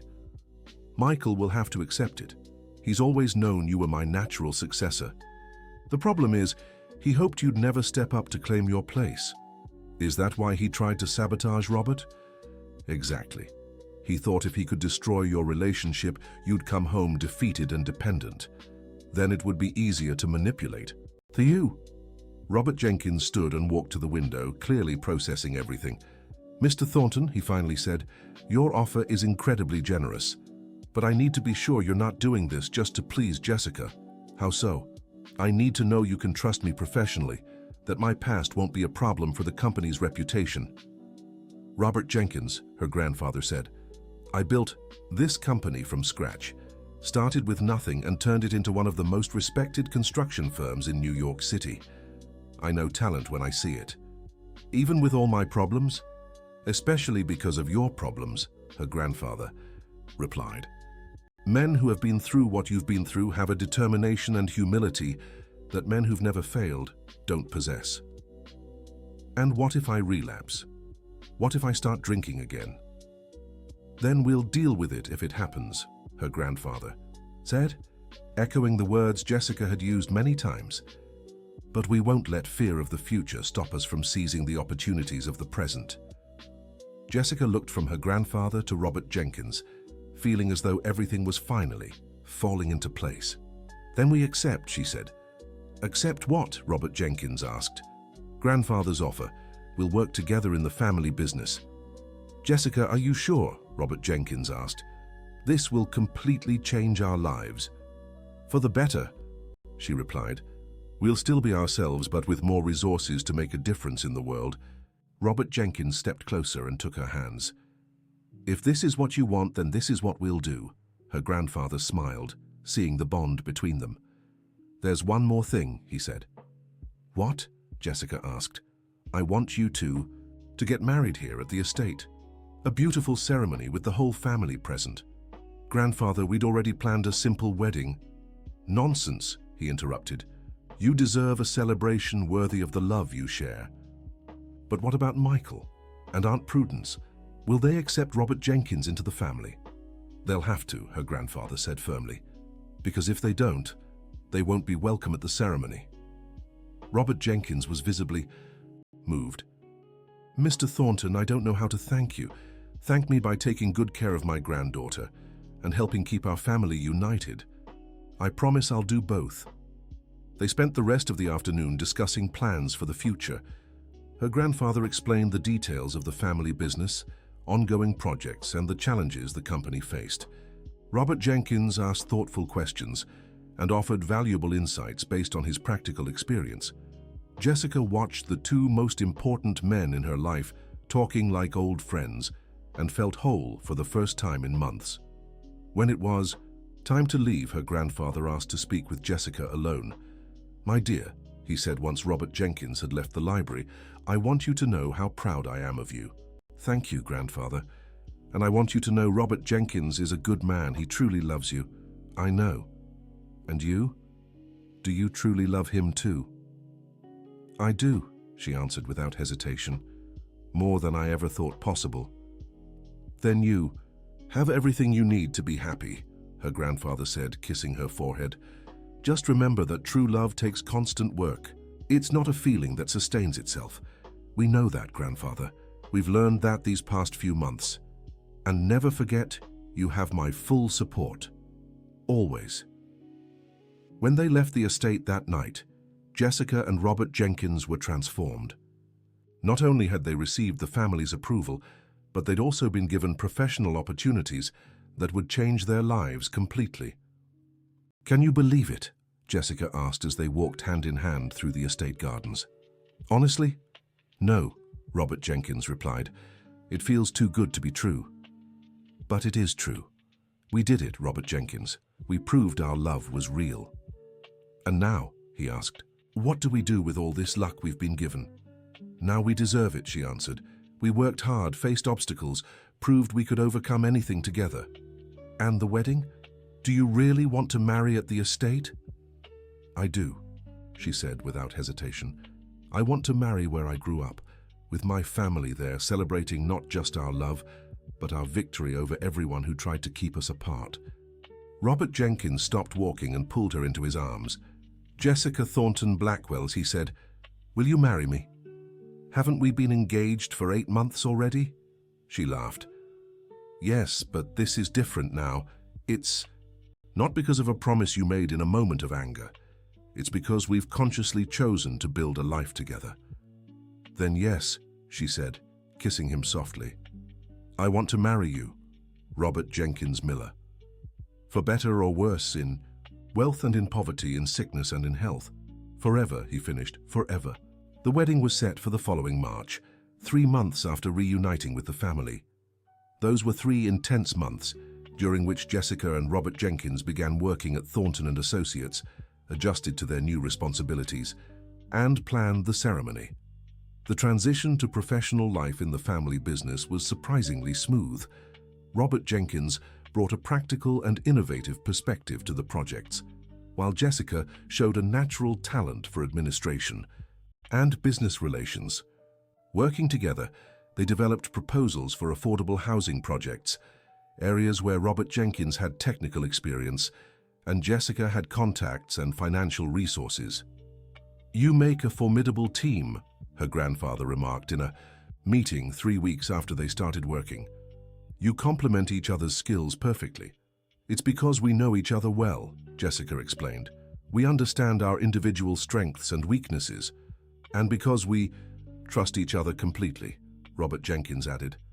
The trust between them had solidified through all the challenges they'd faced. The lies of the past, the family pressure, the financial struggles, her grandfather's illness, it had all served to strengthen their bond. Michael, as expected, did not react well to the changes. He tried to question Robert Jenkins's ability to work in the company, suggested Jessica was being manipulated, and even insinuated that her grandfather wasn't mentally fit to make important decisions. But her grandfather William, though physically frail, remained sharp and authoritative. "Michael," he said during a tense family meeting, "you can accept these changes gracefully, or you can seek other professional opportunities. The choice is yours. Uncle William, I'm just trying to protect the family's interests. The family's interests are best served by people who work as a team, not by those who create division and conflict. But Robert Jenkins isn't family. He will be," her grandfather replied firmly. "And after the wedding, I expect him to be treated with the respect he deserves as both a family member and a competent professional." The discussion marked the end of Michael's active resistance. He continued working at the company but remained cold and distant toward Robert Jenkins and Jessica. Aunt Prudence, on the other hand, gradually warmed to Robert Jenkins. She had been impressed by his manners and the obvious affection he showed Jessica. "He truly loves her," she confessed to her grandfather one day. "You can see it in his eyes." "Yes, you can," her grandfather agreed, "and she loves him too. It's good to see my granddaughter truly happy." The weeks leading up to the wedding were intense but joyful. Jessica juggled ceremony preparations, work at the company, and caring for her grandfather, whose health remained fragile. Robert Jenkins kept up his alcoholism treatment, attending therapy and Alcoholics Anonymous meetings religiously. Professional and emotional stability had eliminated many of his triggers, but he knew constant vigilance was necessary. "How do you feel about the wedding?" his therapist, Dr. Helen, asked during a session. Nervous and excited at the same time, Robert Jenkins answered honestly. Nervous, why? Because I know this is an important turning point. I'm leaving my old life completely behind and embracing something entirely new. And? That scares you? A little, but it also thrills me. For the first time in years, I feel like I have a bright future ahead. And the pressure of being in a wealthy family? Doesn't that worry you? Robert Jenkins thought for a moment.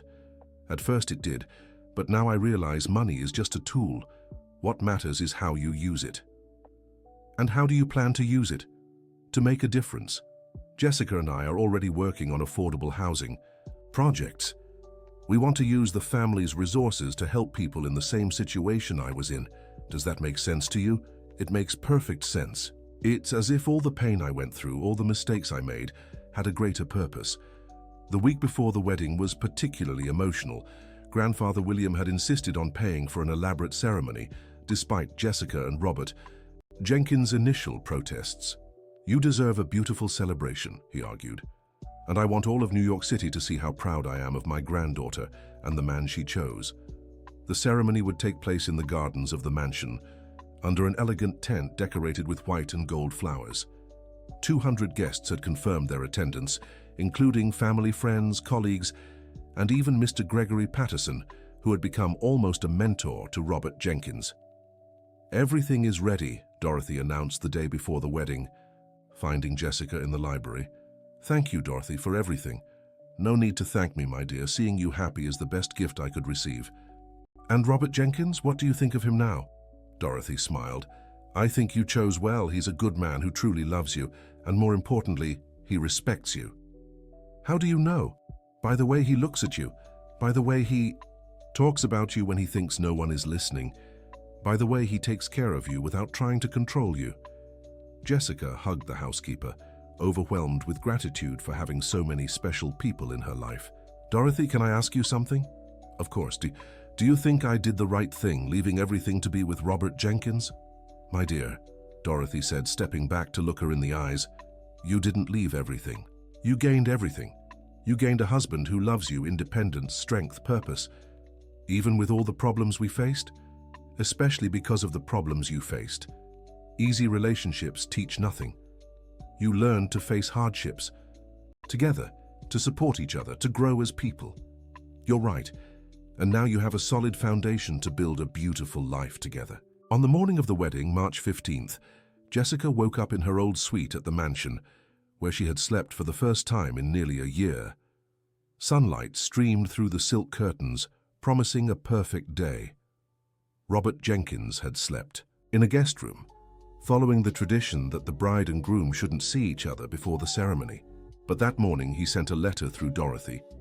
Jessica, the letter read, "Today is the first day of the rest of our lives. Thank you for giving me the chance to be the man I always dreamed of being.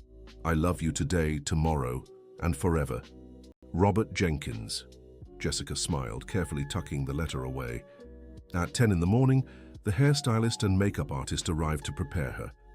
By 2 in the afternoon, she would be walking down the makeshift aisle in the gardens toward the man she had chosen to love despite all the obstacles. Meanwhile, Robert Jenkins was getting ready in the guest room with Mr. Patterson's help. Gregory Patterson, who had offered to be his best man. Nervous? Mr. Patterson asked as he helped Robert Jenkins adjust his tie. Very, Robert admitted, but it's a good kind of nervous. I remember my wedding, I was nervous too. How did you know you were doing the right thing? By the way, my wife made me feel complete by how she inspired me to be a better person. That's exactly how I feel with Jessica. Then you're doing the right thing. By 2 in the afternoon, the guests had gathered in the fragrant gardens of the Thornton estate. The white tent was decorated with lavish arrangements of white roses, lilies, and golden foliage. A string quartet played soft classical music. Robert Jenkins stood at the makeshift altar, wearing a navy blue tuxedo that brought out his brown eyes. He had gained a few pounds since starting at the firm. His hair was neatly cut, and his beard was trimmed. He was unrecognizable from the man who had shown up at the estate nearly a year earlier. Grandfather William sat in the front row in his wheelchair, dressed in his finest suit, a proud smile on his face. Despite his illness, he had insisted on being present and alert for his granddaughter's wedding. Aunt Prudence looked lovely in a pale pink ensemble, and even Michael had shown up, though he kept a neutral expression. When the wedding march began, everyone stood. Robert felt his heart race as Jessica appeared at the end of the aisle. She was breathtaking in a simple yet elegant silk wedding dress with a gracefully flowing skirt and a subtle train. Her hair cascaded in soft waves, adorned with a delicate veil held by a simple tiara that had belonged to her grandmother. But what struck Robert most was the sparkle in her eyes. Jessica radiated genuine happiness, confidence, and love. She walked toward him with steady steps, smiling as if there was nowhere else in the world she'd rather be. Grandfather William had insisted on giving away his granddaughter, even if it had to be from his wheelchair. When Jessica reached the altar, she leaned down to kiss his forehead. "Take good care of her," Grandfather whispered to Robert. "With my life," Robert replied. The officiant, a family friend and pastor, began the ceremony with words about the meaning of marriage, commitment, and love that overcomes obstacles. "Jessica and Robert," he said, "have come here by an unconventional path. They faced doubts, family pressures, financial struggles, and social prejudices, but through it all they discovered that true love isn't just a feeling, it's a daily choice to support, respect, and care for one another." Then came the time for the personal vows they had written. Jessica spoke first.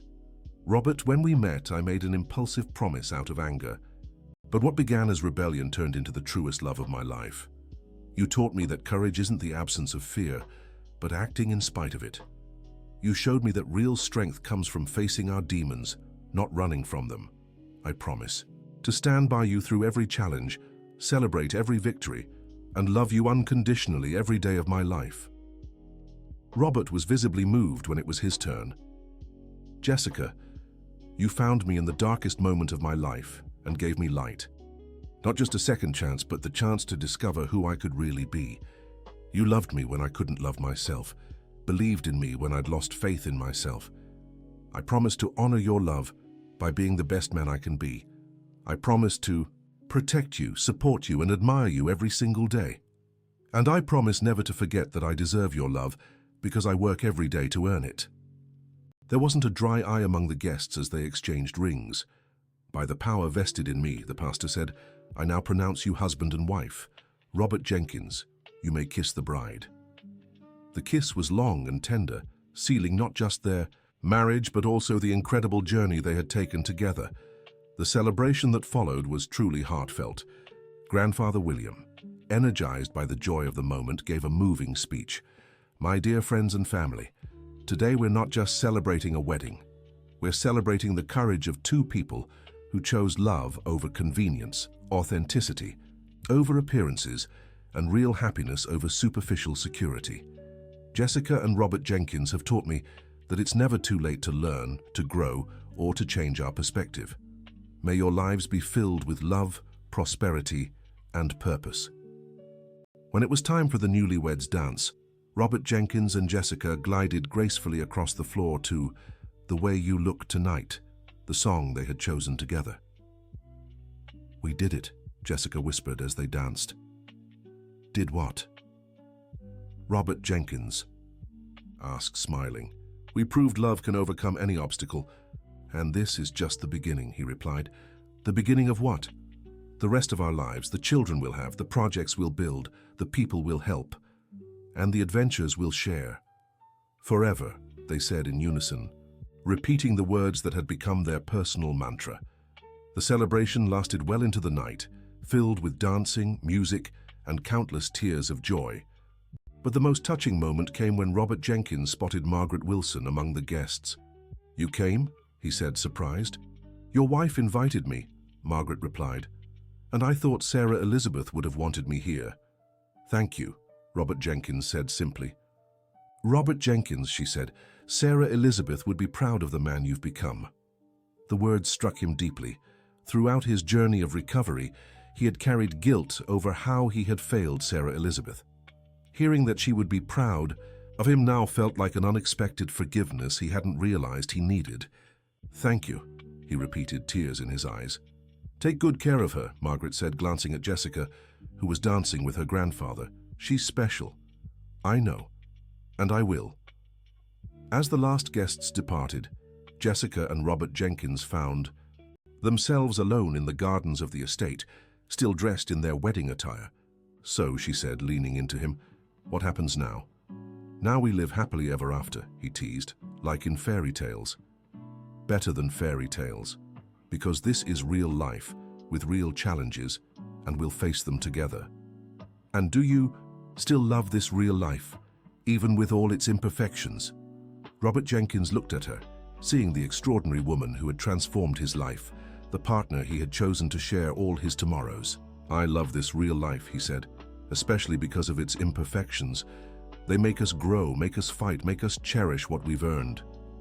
And I love you, Jessica said, especially for all the times you proved that true love is worth fighting for.